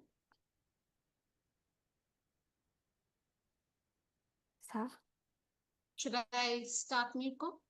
I'm not sure that I heard all the elements of the question, but I think it was around the services. First, how does your country provide reasonable accommodation for deafblind children when attending school and accessing educational materials? Yeah. So we do have policies, and we're a federal government, so we do have policies, and they're implemented at the states differently. But overall, people who are deafblind come under a group of individuals with developmental disabilities and receive support both at school level, school age, and later in life. I think if you look at the policies, there are many things that are potentially available. There are devices, for example. There are accommodations, there are supports, there is some financial support, there is the opportunity to ask for special accommodations. So if you look at the policy, it isn't empty. There are a lot of things. I think where we do fall down is in the actual provision of services and the awareness. If you look at the deafblind adult group, as I had pointed out, many of them started losing their vision and hearing, perhaps while they were still in school, but it wasn't picked up, even though they may have been in a school for the deaf or in a school for the blind or under services from special educators and so on within the regular school system. That is a significant failure from our side as a country, as a service. We also know that the quality of education and educational support, the awareness at all the levels that are required so that policy becomes action, and policy translates into actual services, it's so hit and miss. I think our strength in India has been the organizations that have stepped up to facilitate many of the things, including the battle for policy and the battle for translation of policy into practice.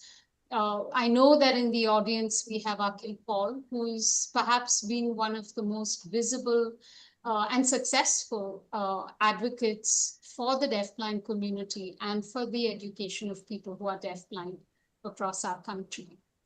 I'd love to say that we do everything that needs to be done, or that we do the bare minimum that needs to be done, but I don't think we are very near that very minimal goal as yet. We do place, at least I think a big achievement has been the recognition, at least the word deafblindness is now mentioned separately, which has already made a difference to the quality of services available. Mirko? Well, we're talking about Switzerland in my case. And Switzerland it's typical for us as a country. It's a country that is tiny in the heart of Europe. It has 4 official languages. It is governed not so much on a national level, but much more in each of our states. Each state has an own Ministry of Education. So it's very diverse and in very small place. And that's how our special education system is. And I'm talking about special needs education. So in regular education, mainstream education, or in specialized schools as well, it's very individualistic. So this is actually a strong point of it. It looks at each child and looks at what should the system around this child provide to answer its needs. But it has a big danger as well. The big danger is that these children with deafblindness, as diverse they share this condition of deafblindness. So they have deafblind specific needs, and that might just get lost in a completely individualistic system now. So some of those children, and I would rather suspect that a majority of them, are not receiving deafblindness specific services. They will receive specific services for visual impairments and for hearing impairments, and specific services, let's say, for movement challenges, etc. But each one of those needs and challenges are like answered specifically, and there's no comprehensive bracket around it that answers the condition of deafblindness, which is not an additional condition. No? So that's the strength and also the danger in Switzerland. And I would add to that and say we are not, to a certain degree, not inclusive enough. There's a long tradition of special schools, and that makes it very difficult to mainstream in this country. Politically different, politically difficult, not really practically difficult.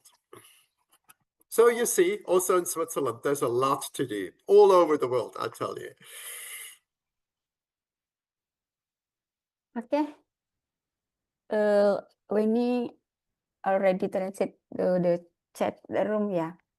I think for this session, we can close. Thank you for Namita and Mirko for the powerful insight for this session.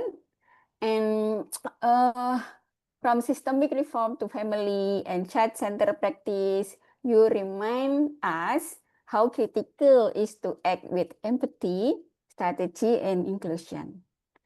Okay, so thank you again for both of you.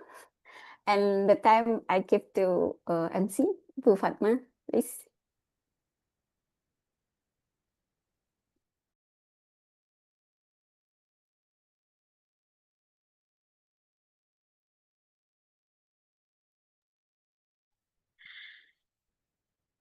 Thank you, Bu Atmi. Our valued participants joining us via Zoom and YouTube, we will now take a 10-minute break and we will resume shortly.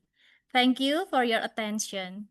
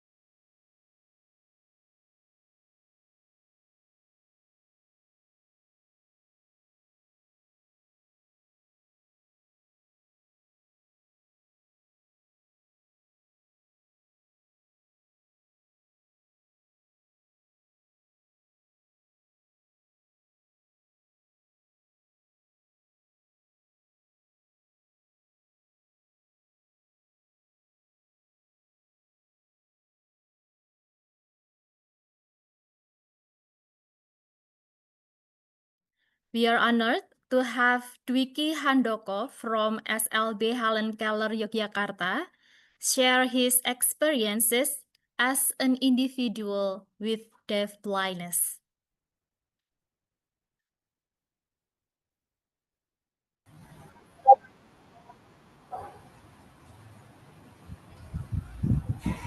Selamat siang Mas Handoko, apa kabar? Selamat siang. Selamat siang. Selamat siang. Terima kasih. Selamat datang di sini. Terima kasih juga Mas Handoko sudah hadir di sini. Saat ini ada kita di webinar di Zoom. Ada lebih dari 800 orang yang ingin bertemu dan melihat Mas Handoko. Oh iya, ya. Kami ingin bertanya beberapa hal ke Mas Handoko ya.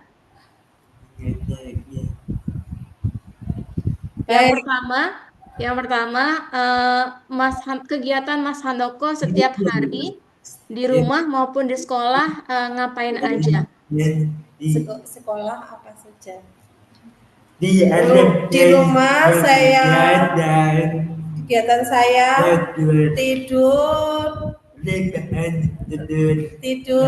bermain HP, membantu memasak kakak untuk makan malam bersama, membersihkan rumah dan bermain bersama teman-teman di sekolah. Kegiatan belajar menulis, membuat cerita, belajar matematika, keterampilan, membuat kerupuk lempeng bersama teman-teman. Wah, banyak sekali kegiatannya ya, Mas Handoko ya, sehari-hari sibuk sekali. Nah, dari yang banyak tadi, yang paling Mas Handoko suka apa? Handoko suka jalan-jalan, wisata, belanja di toko online, bermain HP, dan memperbaiki kipas dan memperhatikan kipas angin yang rusak berkarat di rumah, terus lalu diperbaiki. Bisa jadi mekanik ya, Mas Handoko, banyak sekali kegiatannya. Suka jadi mekanik.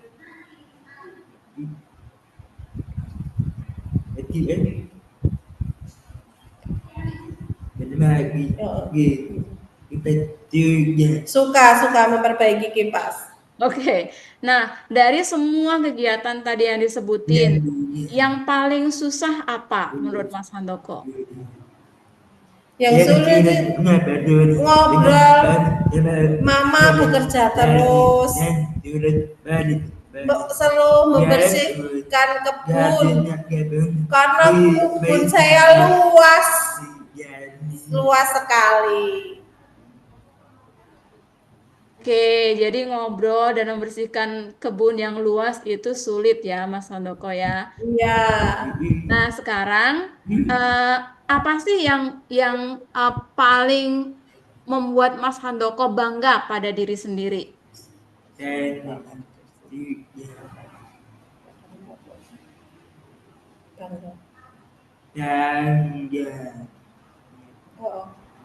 Saya dapat belajar menulis,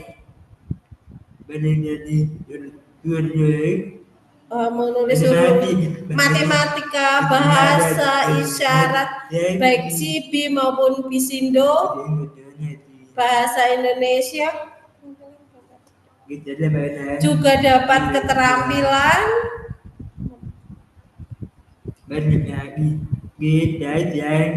juga bangga. Iya.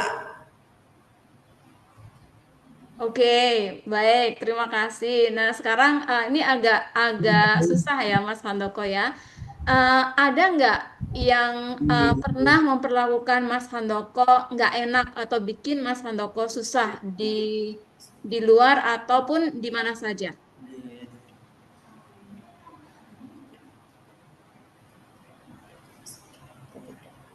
Tidak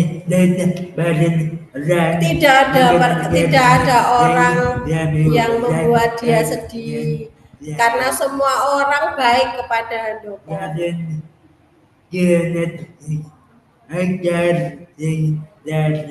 Iya, karena banyak orang yang baik pada saya. Alhamdulillah banyak orang yang sayang dan baik dengan Mas Handoko ya. Baik, ya. Baik, oke. Nah, Mas Handoko boleh tahu nggak yang sangat berjasa atau yang sangat penting, orang yang sangat penting bagi Mas Handoko hingga bisa belajar berbagai macam hari ini sampai sekarang, dari dulu sampai sekarang, siapa? Suster Esther. Saya belajar dengan Suster Esther, Bu Rina dan Bu Tanti, Bu Yayu, dan semua guru-guru yang ada di HKI. Oke, banyak orang yang penting ya, Mas Handoko. Kalau Ya. Banyak orang yang belajar dengan saya juga suka. ya, beruntung sekali banyak orang yang mengajari Mas Handoko dan sayang Mas Handoko ya. Nah, sekarang kalau di sini hari ini ada Mama, Mas Handoko mau bilang apa sama Mama?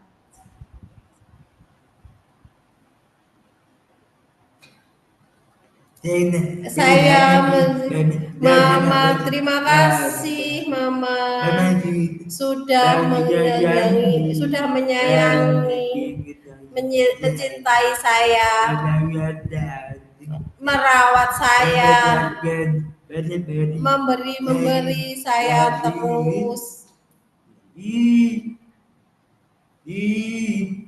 Oke, Mas Handoko, kan ada teman-teman Mas Handoko banyak yang seperti Mas Handoko di luar sana yang mungkin tidak bersekolah karena tidak ada sekolah atau yang lain. Nah, di sini sekarang juga ada Bapak Ibu pemerintah, pejabat di pemerintah. Kalau Mas Handoko bisa bicara langsung pada orang penting di pemerintah, Mas Handoko mau bilang apa atau mau minta apa supaya anak-anak seperti Mas Handoko bisa belajar lebih baik? Saya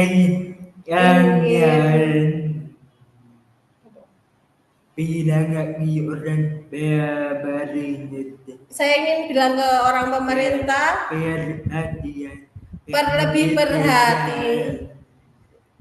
lebih memperhatikan anak-anak deafblindness, memberikan fasilitas alat-alat yang baik untuk kami. Oke, supaya bisa sekolah lebih tinggi ya Mas Handoko ya. Iya. Supaya bisa, iya betul, sekolah lebih tinggi. Oke, terima kasih. Nah, di sini juga ada banyak guru-guru dari seluruh Indonesia dan dari negara lain. Mas Handoko mau bilang apa kepada guru-guru yang sekarang ini sedang mendengarkan supaya mereka bisa mengajar dengan baik teman-teman Mas Handoko?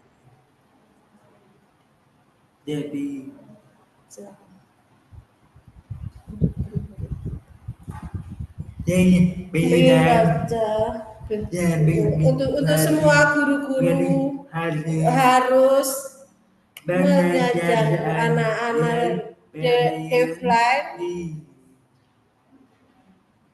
yang tidak boleh malas mengajar anak-anak deafblind supaya anak-anak lebih cepat pintar belajar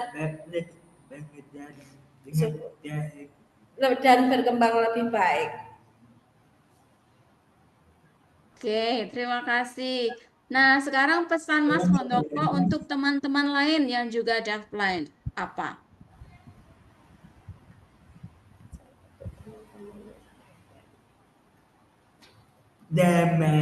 Teman-teman harus belajar rajin,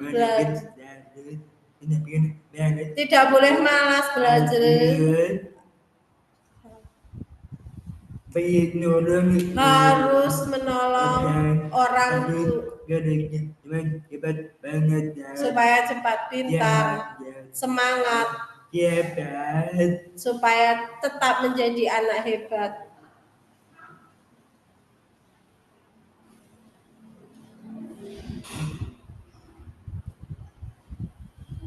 Oke, ini Mas Handoko belum lulus sekolah ya sekarang. Sebentar lagi akan lulus.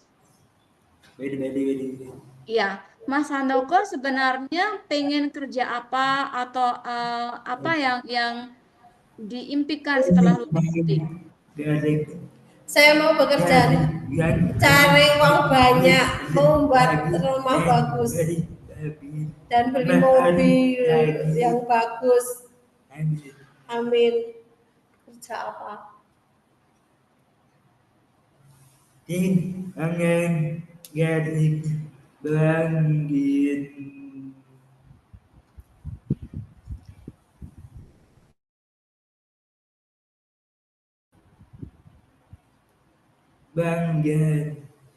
Bekerja di mana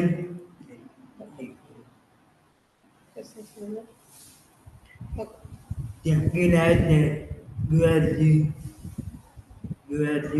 hanya di belajar. Oh, ingin menjadi guru. Mungkin ingin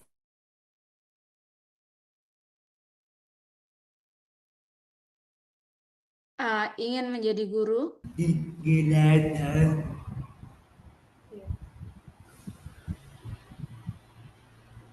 Oke. Oke, jadi ingin menjadi guru? Ya. Okay. Ingin jadi guru? Iya. Oke. Kalau begitu harus melanjutkan sekolah, bisa tidak untuk bersekolah ke lebih tinggi? Sekolah tinggi bisa nggak? Tidak dapat sebab mahal. Sebab mahal. Belum. Yang menolong untuk isyarat, menerjemahkan ke dia. Jadi kalau sekolah ke lebih tinggi belum bisa karena tidak ada yang membantu menerjemahkan, seperti itu? Iya, tidak ada yang. Iya. Oke, baik. Nah, Mas Handoko, kembali ke pertanyaan tadi ya. Kalau bicara secara umum, apa sih yang paling membuat Mas Handoko senang sekali, bahagia sekali?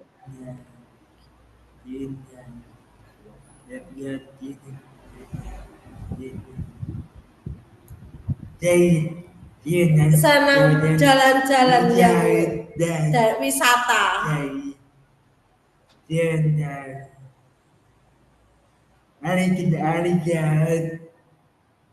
Kita jangan lihat tiang dan ambil. Oh, saya suka melihat kipas angin yang rusak, nanti saya ambil, saya perbaiki. Senang memperbaiki kipas angin, senang.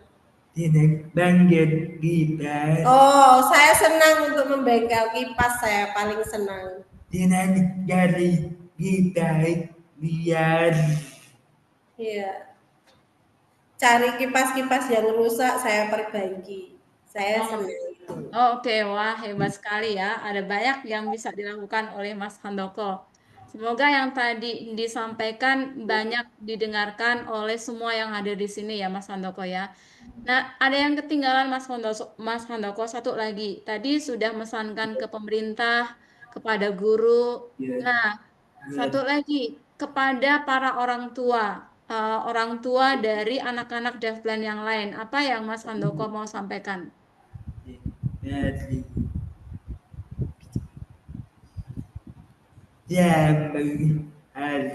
Semua harus belajar untuk orang tua.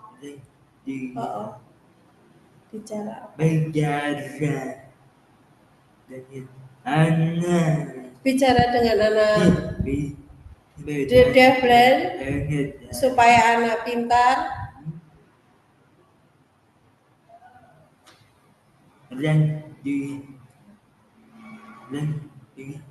harus orang tua harus merawat dan menyayangi anak deafblind, tidak boleh buang-buang anak di jalanan. Harus merawat. Orang tua harus merawat anak-anak deafblind dan menyayangi, tidak boleh dibuang di jalanan. Oke, baik. Terima kasih, Mas. Oke, baik, Mas Handoko. Terima kasih. Ada lagi yang mau disampaikan? Supaya tidak menjadi anak terlantar. Oke, jadi semua orang tua harus menyayangi anak-anak dan mendidik, merawat gitu ya, Mas Handoko ya?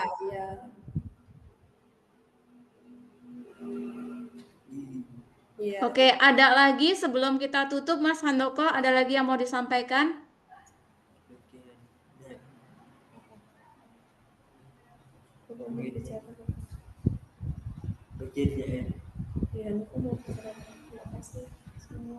Terima kasih semua. Saya senang bertemu dengan kamu semua. Terima kasih, Mas Handoko. Dan sama-sama. Nanti berharap untuk bisa bertemu dengan Mas Handoko semua ya. Dan Mas Handoko bisa jadi suara untuk teman-teman yang lain. Sampai jumpa lagi.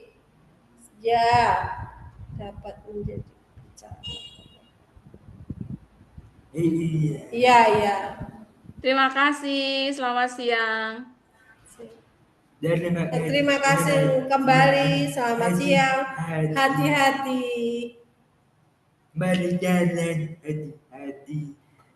Perjalanan hati-hati. Terima kasih. Mas Handoko. Sama-sama.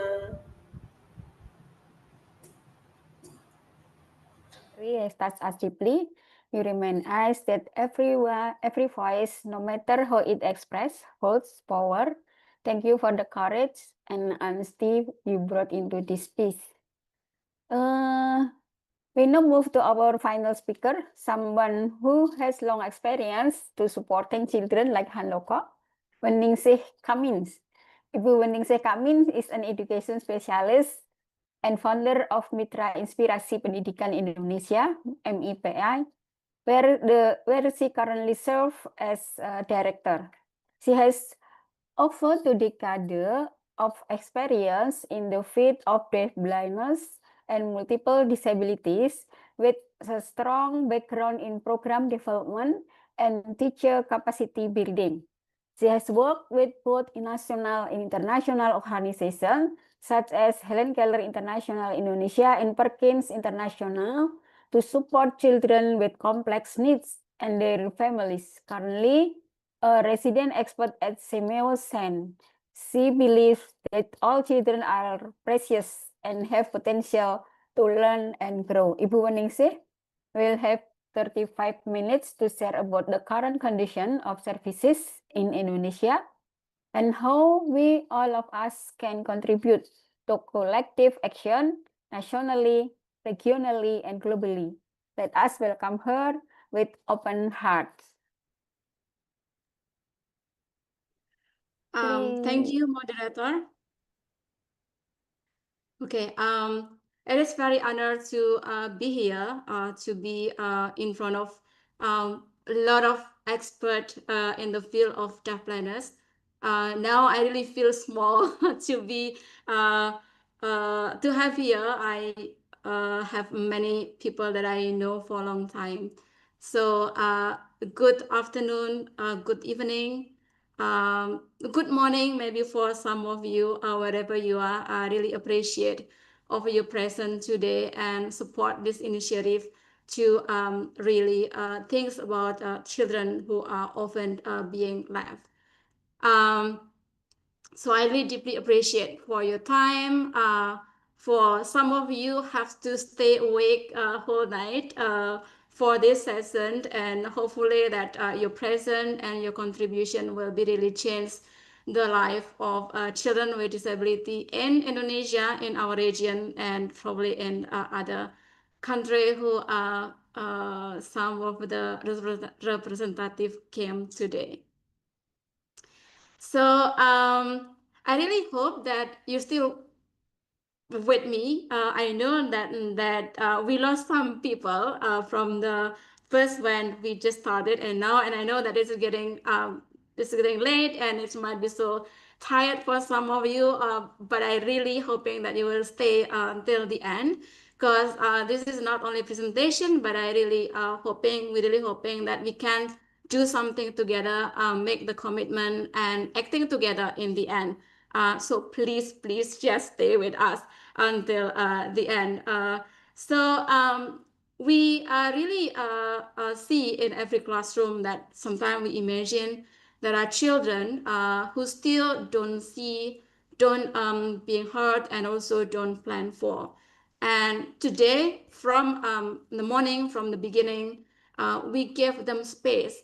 We listen to them together here. So, but before I move forward with my presentation, I would like to introduce MIPI, which we actually a couple of times probably in the beginning you already heard about MIPI, or Mitra Inspirasi Pendidikan Indonesia. So we are actually just a newborn organization. We just born last month, and this is actually our first action, and we're really excited to start this journey with all of you. So we consider that this is our kick-off program, and we feel like being blessed to have all of you here. So we are a non-profit organization, and we want to dedicate our organization to empowering children with disability, multiple disability, including deafblindness. And we want to take part to build the support system with educator, family, school, and also communities. And our vision is really kind of big vision. We want to see a world where every child has access to quality education, resources, and also chance to grow and to be independent, as young men in Dr. Namita presentation today, as well as Handoko, which is here. And we want to also walk around the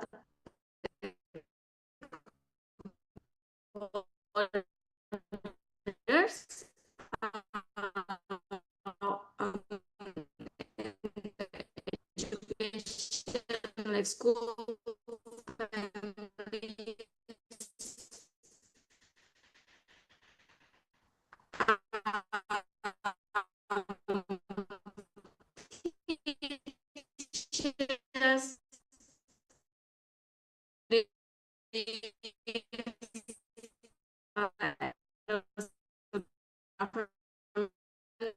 to create inclusive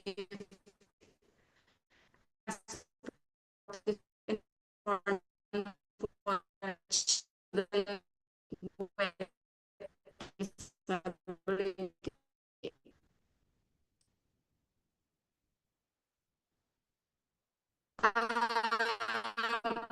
So, heard from Hamburg and met with the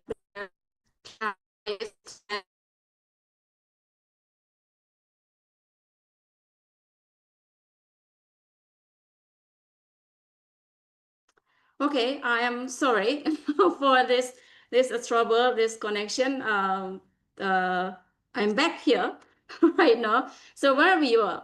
Okay, so yes. So yeah, we just heard from about Handoko, the young man with carries a lot of strengths and also dreams for his future. And we learn from him that deafblindness is not just a condition. It is a different way of experiencing the world. Handoko has reminded us that this is not just about one child. It is about many who are still waiting to be seen, to be heard, and to be supported. So, if one voice can move us this deeply, imagine the power of 1,000 more, where they are everywhere in Indonesia, in Malaysia, in Africa, and everywhere. There are many children that we have to find them and to listen to them. So let me tell you about Elijah. So his mother noticed his vision issue earlier when he was still a few months. Then she learned about ROP, but help came too late. So by age of 2, he still wasn't speaking. He didn't respond when being called. And even after visited so many doctors and therapists, and his mother still walked this path alone. So it is not because that she is not trying, but because the system wasn't ready. Asia's story isn't unique. Our family detect early, but the system delay. So prevention is actually possible for him, but only when we act on time. Another child that I would like to introduce you is a Diva. This very curious, active, 3 years old.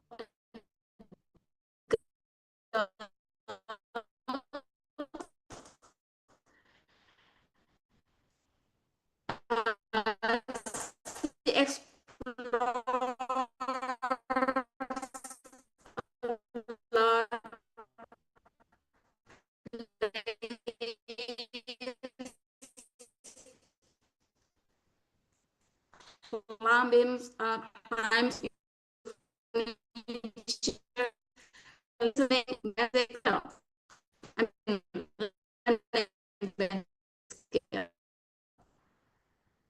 and her mother smiled when she what she do.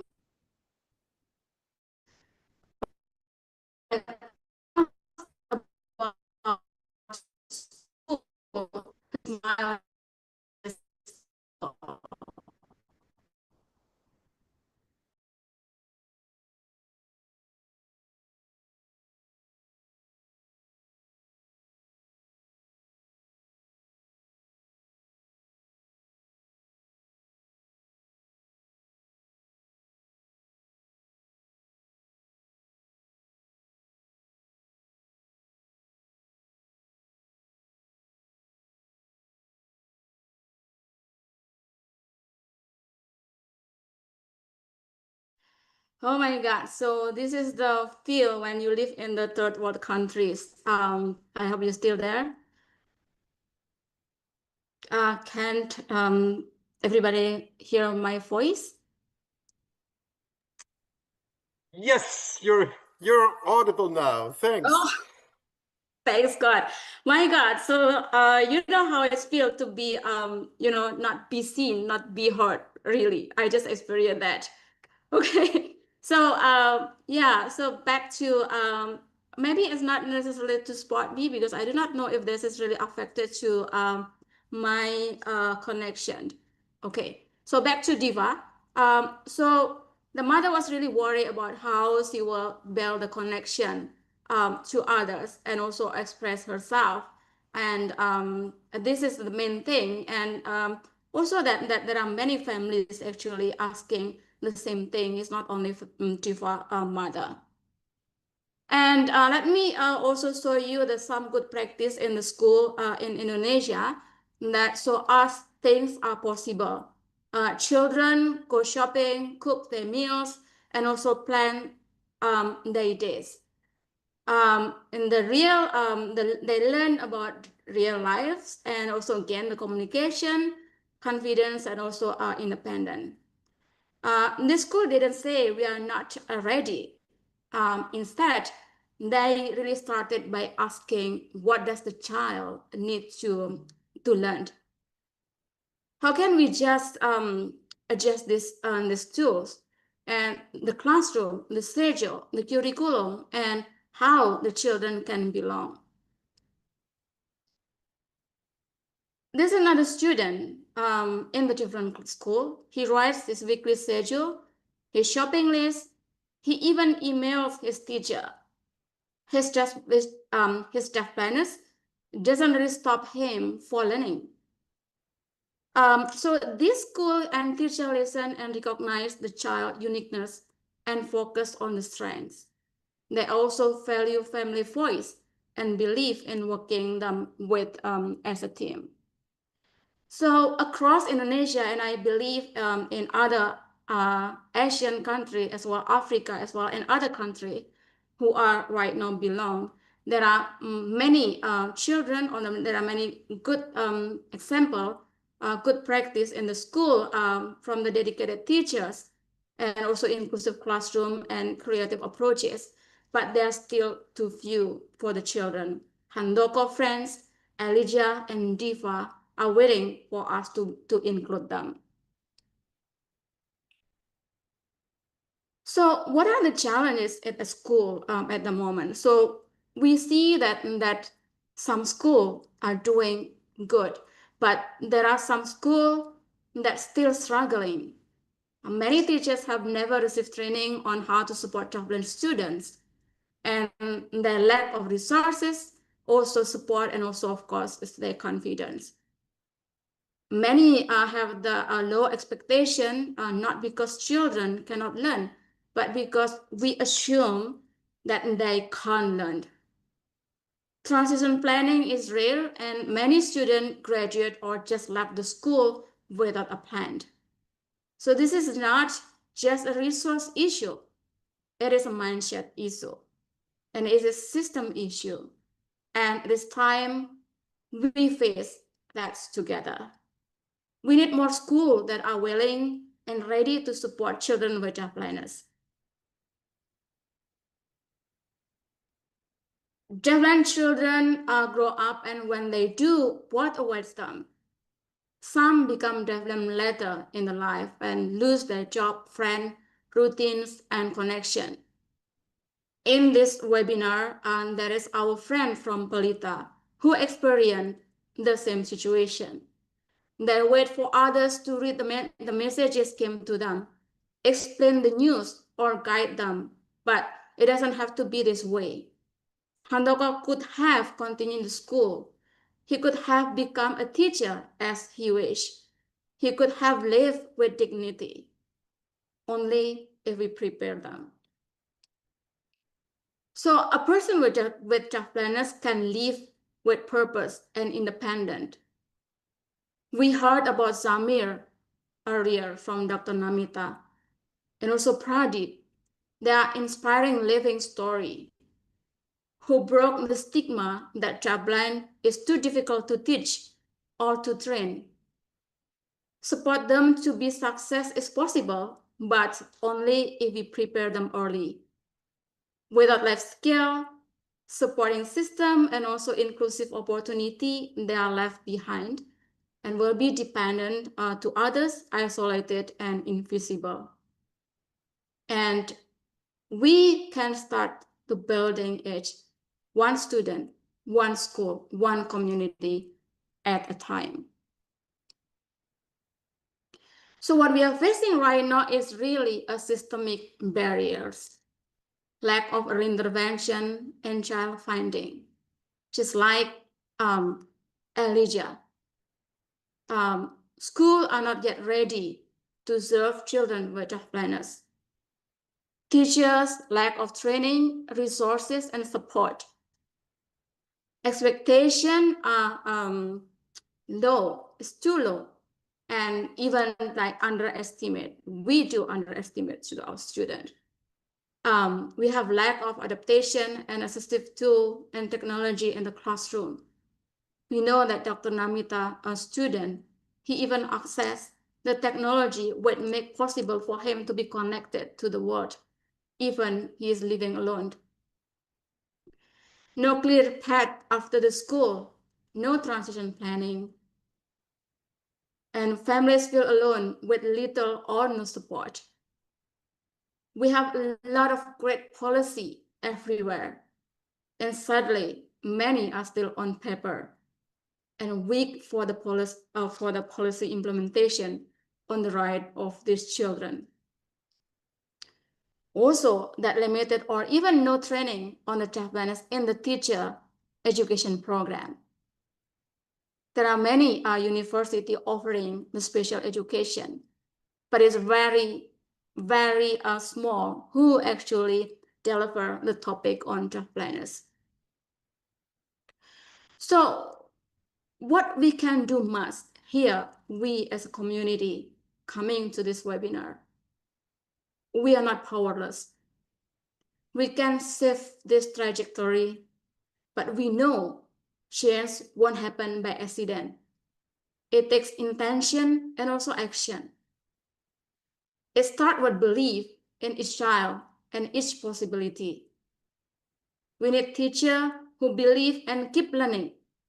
We learn from Dr. Namita how she was when she was young and become a teacher. Identification from early, child finding, family support from the start, and plan early for life, not just when they come to the school. Teacher training should include the deafblindness in the university program. Prepare them for the future teacher generation.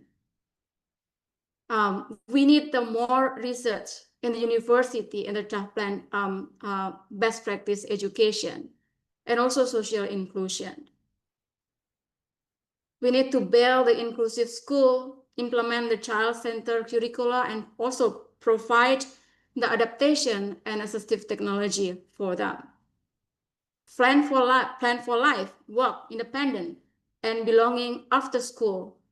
Make transition planning a right for all, not a privilege.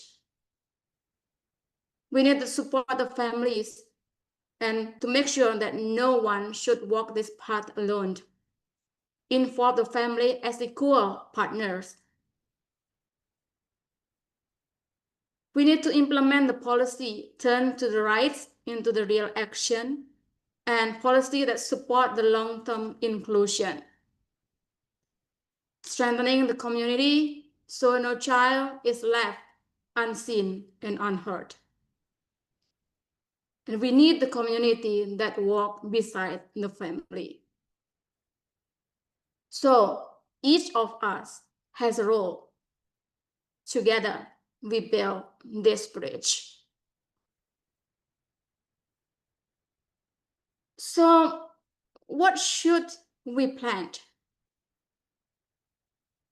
We are doing today to build the future. Children like Ajas, Diva are waiting, not for sympathy, but for opportunities. Earlier, Mirko just reminded us that we follow through on the rights of the children.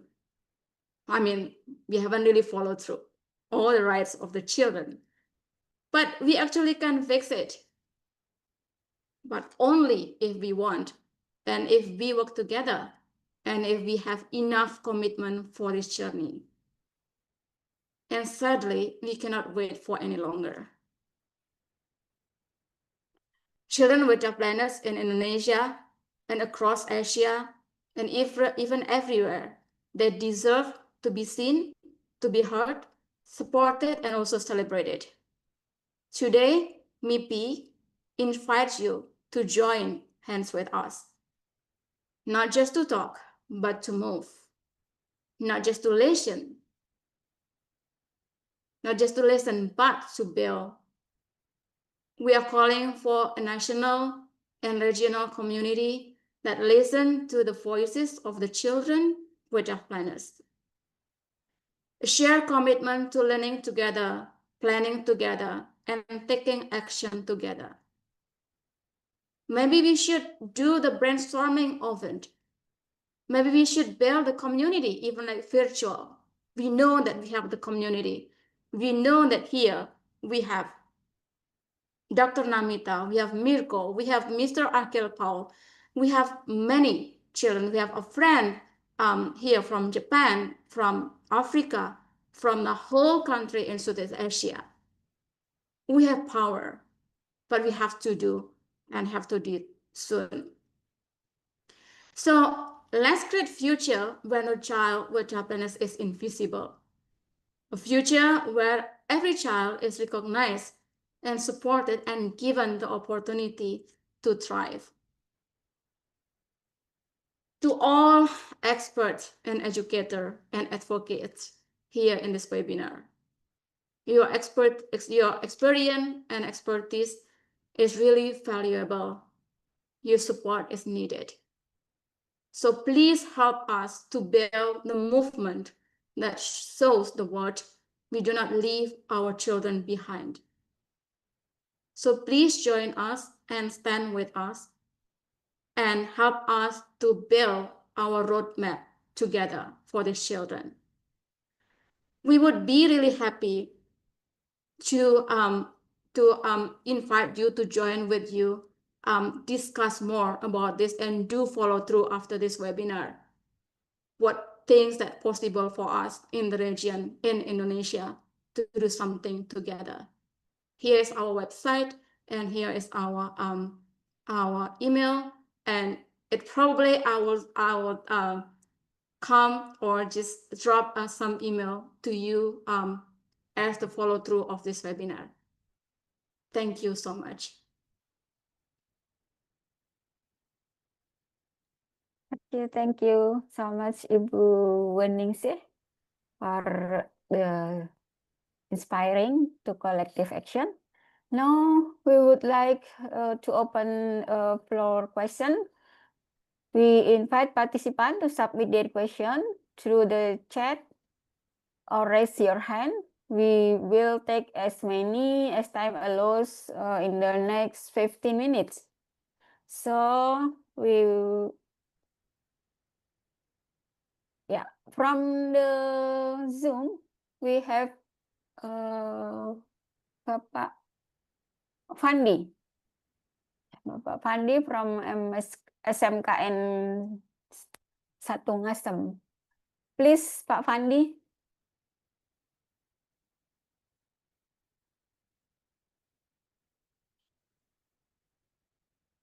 Ya.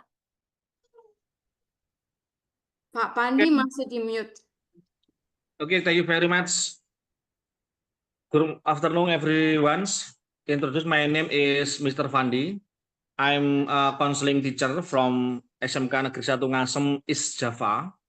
My question, what should a teacher do if she encounter a student who has a great difficulty in receiving lessons due to physical limitation such as deafness or dumbness, even though the student has already been enrolled in public school? Thank you. Okay, Bu Weni, could you answer this question? Okay, I might want to clarify the question first. Jadi mohon maaf, I want to clarify in bahasa, is that okay? Pak, jadi Bapak punya siswa di sekolah inklusi yang punya physical dan juga sensory impairment ya Pak ya, dan bagaimana untuk mengatasi itu. Seperti itu kah? Oke. Okay, well, that is really kind of a great question. And first that I want to appreciate that your school is enrolling these children because although we have the policy of zero rejection, but in fact that there are many schools that still not ready or say no for our kid. This might be not really kind of perfect answer, but I'm willing to have the discussion more behind this webinar. But maybe in a short ideas that I right now having is really kind of, again, that I'm really kind of just take the suggestion from earlier, Dr. Namita and also Mirko, is really kind of first is really to see what is the child potential and how we can really and understand what are their main problem. Also fit in with the goal, what you want to the thing that your expectation for this student. You have to, I think that is a good way is really to imagine what will be the best outcome from these children. And I know that it's really kind of challenge where you are in the mainstream school and there are many situations with the no support of the special need teachers and also expert. But I think from your standpoint, as you are the counselor in the school, I think it's really first that discuss with the family of what the child is like, what the parent expectation, what they worry, and what is the daily life of the children at home. Then from that, probably you will find a lot of things that you will never expect that the parent have the information that you can bring to the school to start planning of what the student will learn in the school. And then it's really kind of that I think that is not really if I were you, I would like also to reach out to the special school that nearby, or even the professional a teacher who are having the special education background, as well as other professionals that may be available in your situation. I know that there are also some training that government have for working with children or supporting children with disability in inclusive school. I have to check, but if it is still available in the platform, or is there any other platform right now that allow you to learn about this topic? I know that this is not really, this is just kind of a political or diplomatic answer, but I think that I would love to discuss with you more so that I would more understand about your situation. Please, if possible, leave your WhatsApp or something, and then later on, the committee will give it to me, and then we can discuss more about that, if that is possible. Is that okay, Pak?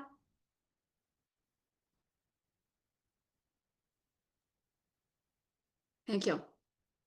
Thank you, Pak Fandi. Okay, we still waiting for the next question. Is there any question from the Zoom and also from the chat room? We can count until 10, Ibu Admi. If there is no question, I have the idea of how we can use this time remaining for us. Okay, we will count.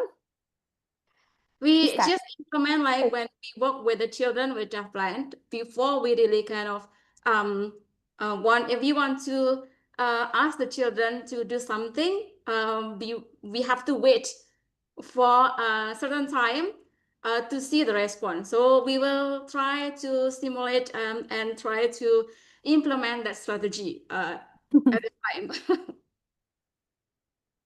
Yeah. Please do. Did you count? Start ya. 1,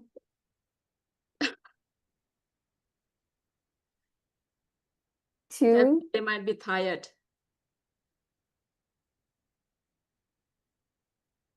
3, Okay, 4, maybe you need to have the speed for counting 1. 5, 6, 7, 8, 9, 9, 10. 10. Okay, I think because no question, I will just really kind of want to follow through with my challenge before. If it's possible, can we also have the Mirko and Namita? And I also would like to invite Dr. Akil Paul is still here, or anyone here.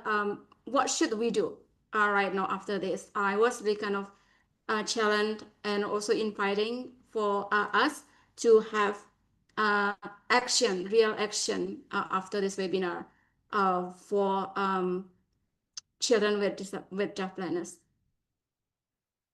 Well, Mirko, can Namita? yeah, Yes. can I jump in with an idea? Yes, had- absolutely.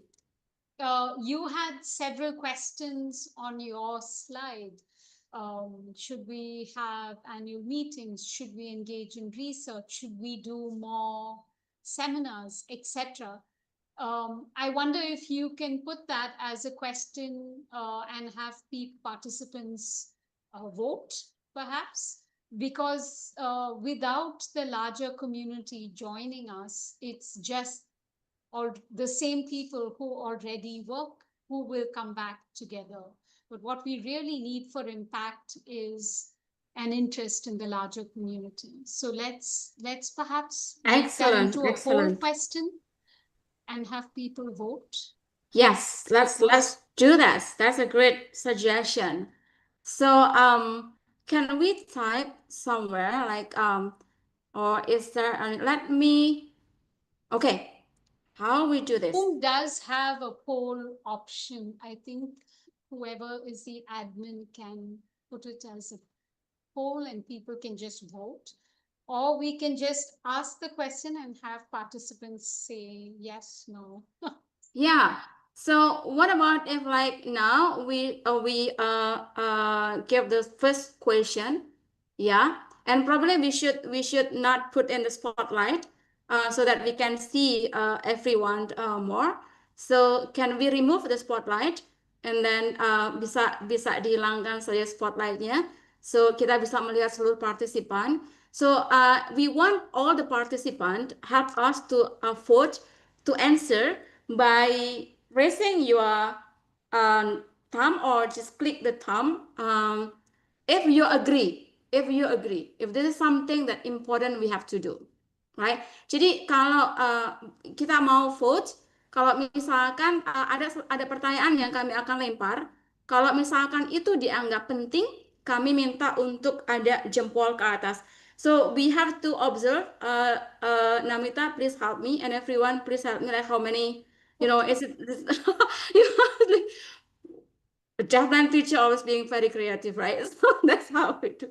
Okay, Pak, bisa spotlightnya dihilangkan so kami bisa melihat seluruh partisipan. What is the question? Sudah nggak ada spotlightnya, Bu Ning. Oh, okay. Because I see Namita, a big Namita in front of me. So, the first question is supposed to be: should we have the community? Can we do that? Should we build the community with regular meeting? Does that make sense? Should we build a community with this kind of a meeting, with regular meetings? Is that what you're asking? Yeah, what Yes. do you think about that? Is that something that's good? Yeah. Okay. I don't see. Jadi pertanyaan pertama, apakah kita, I cannot see, I do not really know how to see everyone. Let me see.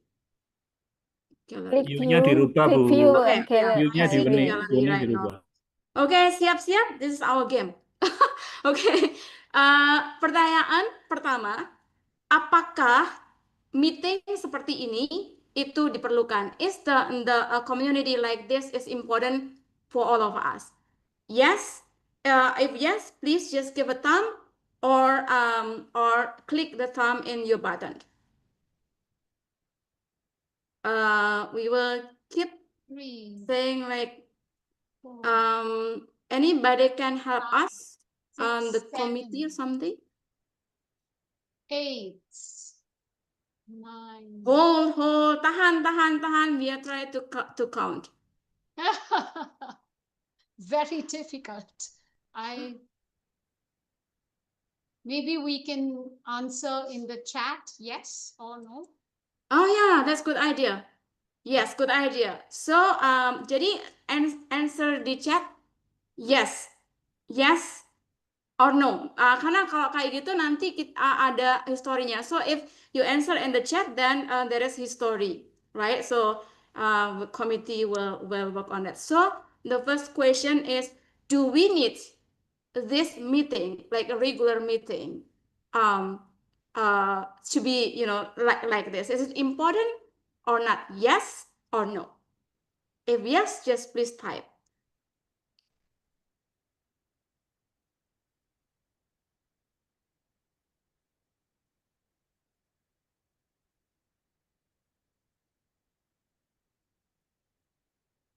Did more people say, I see Mirko, I don't see others.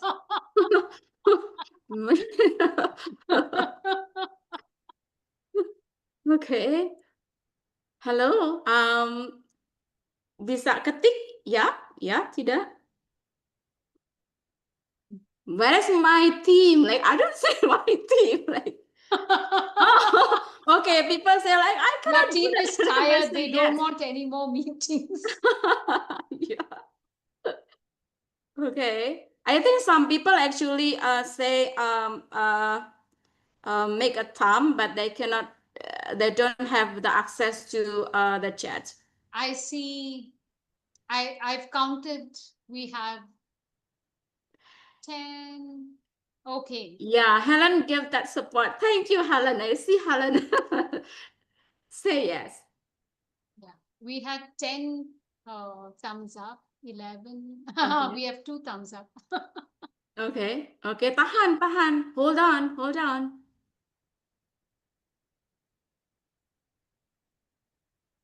It is just with deafblindness, it takes time. So we need to be patient with the answer. Okay. So we have many yeses now. Yes, of course. Okay. And finish for this question. We go to the next question. Yeah? More? Oh, still more. I still see some more people.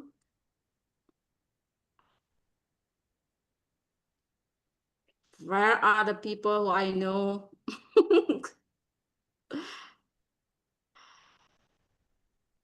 Okay, a little bit more.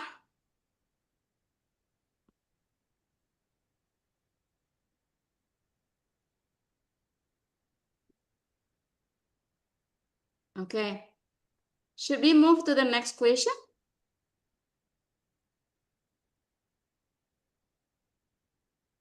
No. Yeah. Maybe give it another couple of seconds, but yes, maybe you can start. Okay. your question. Okay. Yeah, so beberapa saat lagi ya, we still waiting. Apakah meeting, conference, webinar seperti ini di mana ada expert? Bukan saya expertnya.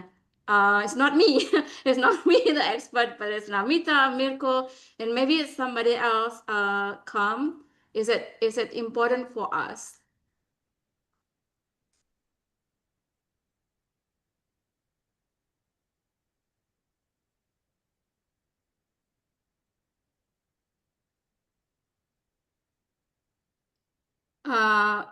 you don't have to write if you think it is not important, okay? Because there will be some more question. Jadi kalau tidak merasa tidak, nggak harus ketik ya, karena nanti ada pertanyaan berikutnya.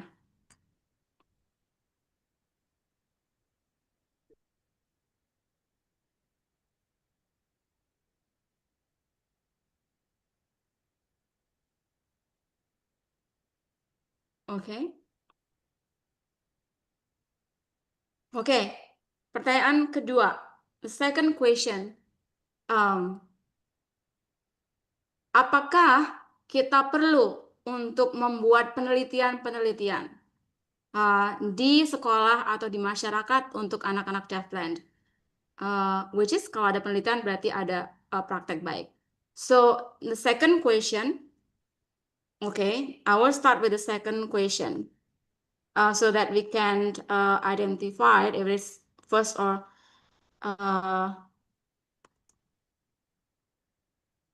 wait a minute. Okay, so after this, go now to the second question, right? Do we need research? Or if you already done research, do we need more research? Many research on deafblindness. Apakah kita, still dua. The second question. Do we need more research?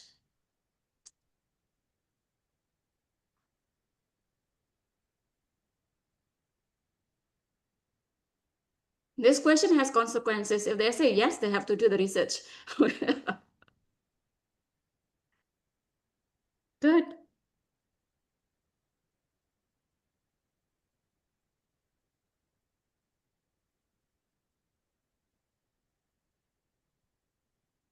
Okay. Okay. That is the second question.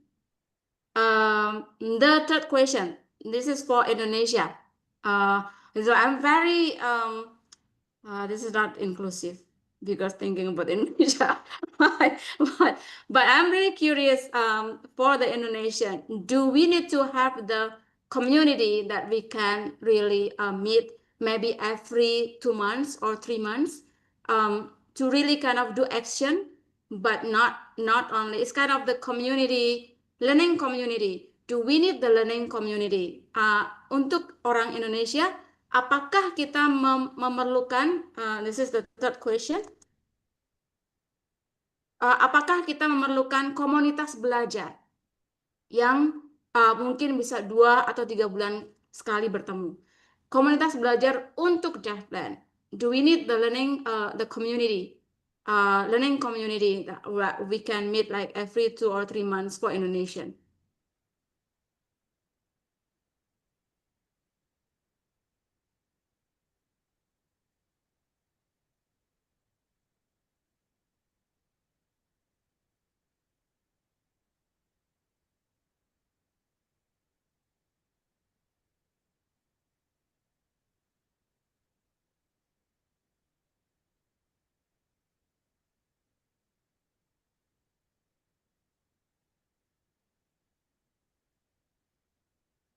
Okay.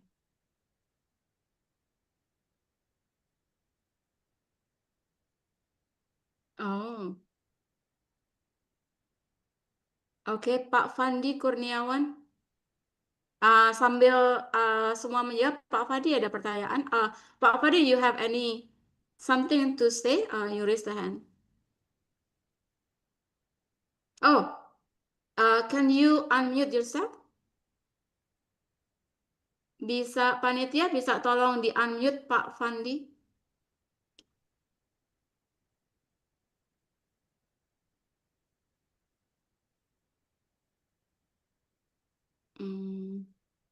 Oke. Oke, Pak Fandi, please. Okay, thank you. I will answer your question about meeting 3 or 4 months. My opinion is very necessary because with regular meeting, we can share ideas and real action when teaching with other teachers. Thank you very much. Halo?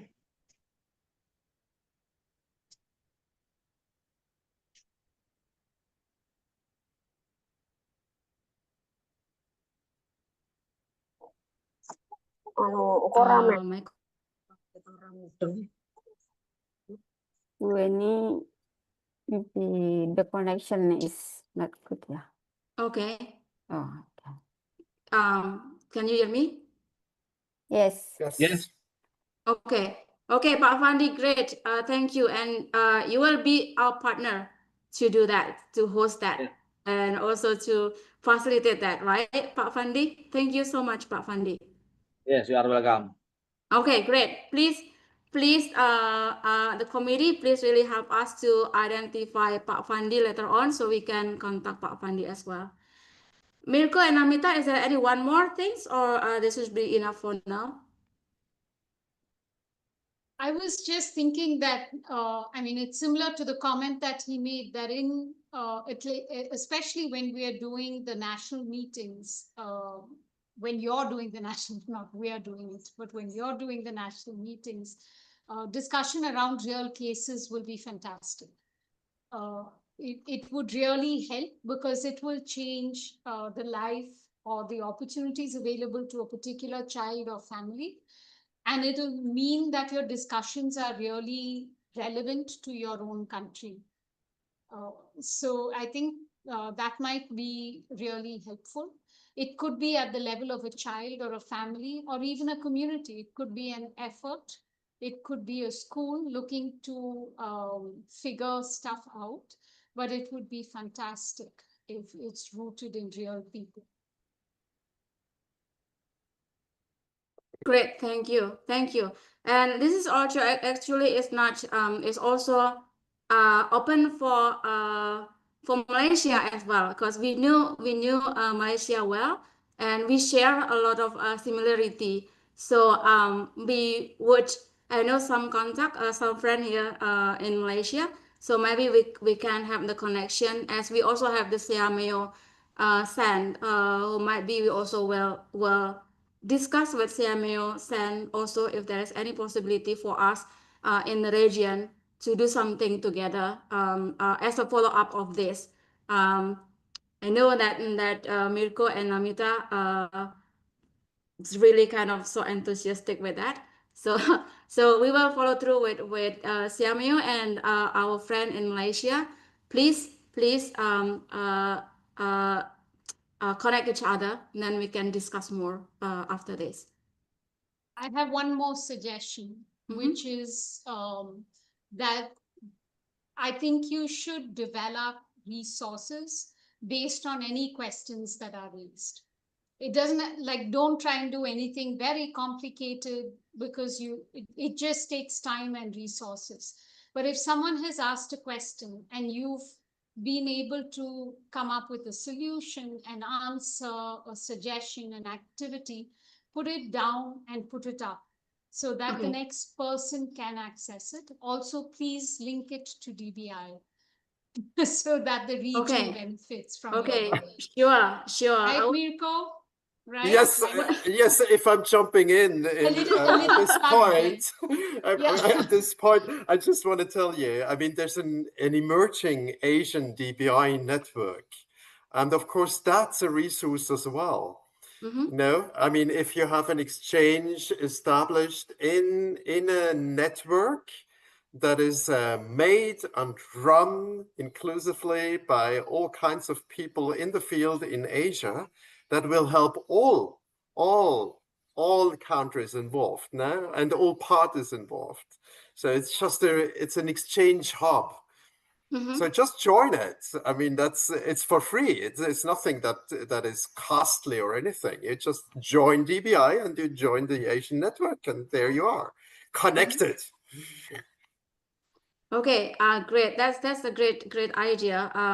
Well, listen, and that's idea, and also hopefully we can really kind of do step by step.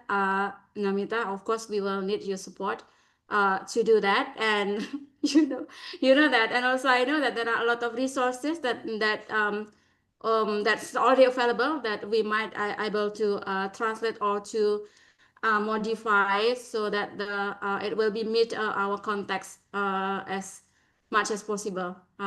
But yeah, I will start contacting you later on, both you, Namita, and Mirko, to identify which resources that available and we can do in our power to make it available. Great. I think I should let the moderator right now to finish the session, but I'm sorry that I'm taking over. This is not unexpected discussion, but I hope that this is something that has come out with the real action. Really, it's not only something that hang out in the somewhere. So thank you, Namita, Mirko, and also all of friends here in webinar. Please make sure, please help us to identify Pak Fandi. Pak Fandi, please give your contact so that we can continue the conversation and work together as well as the others. So thank you so much. Bu Admi, I'll give back the time to you. Thank you. Thank you, Bu Weni, for your kind help, for your kind assistance. So I will not conclude for this final webinar, and I will give the time to Bu Fatma to close this webinar. And thank you for all the participants for joining us in this today's webinar sessions. Please, Bu Fatma, take your time. We have reached the conclusion of today's international webinar, Voice from the Silence, Raising Awareness and Commitment for Children with Deafblindness. On behalf of BBGTK Jawa Timur, MIPI Foundation, Deafblind International, and Syamyo Sen, I extend our deepest gratitude to all speakers, moderators, translators, participants, and viewers for your invaluable presence. Today, we have taken an important step toward raising awareness and building commitment for children with deafblindness. Let us continue this journey together, ensuring no child is left unheard or unseen. Thank you for joining us from 19 countries across the globe. Act now, move together, work together. Stay inspired, and we look forward to future collaboration. Thank you for your invaluable contributions and commitment. Farewell and until we meet again. Wassalamualaikum warahmatullahi wabarakatuh. Waalaikumsalam warahmatullahi wabarakatuh.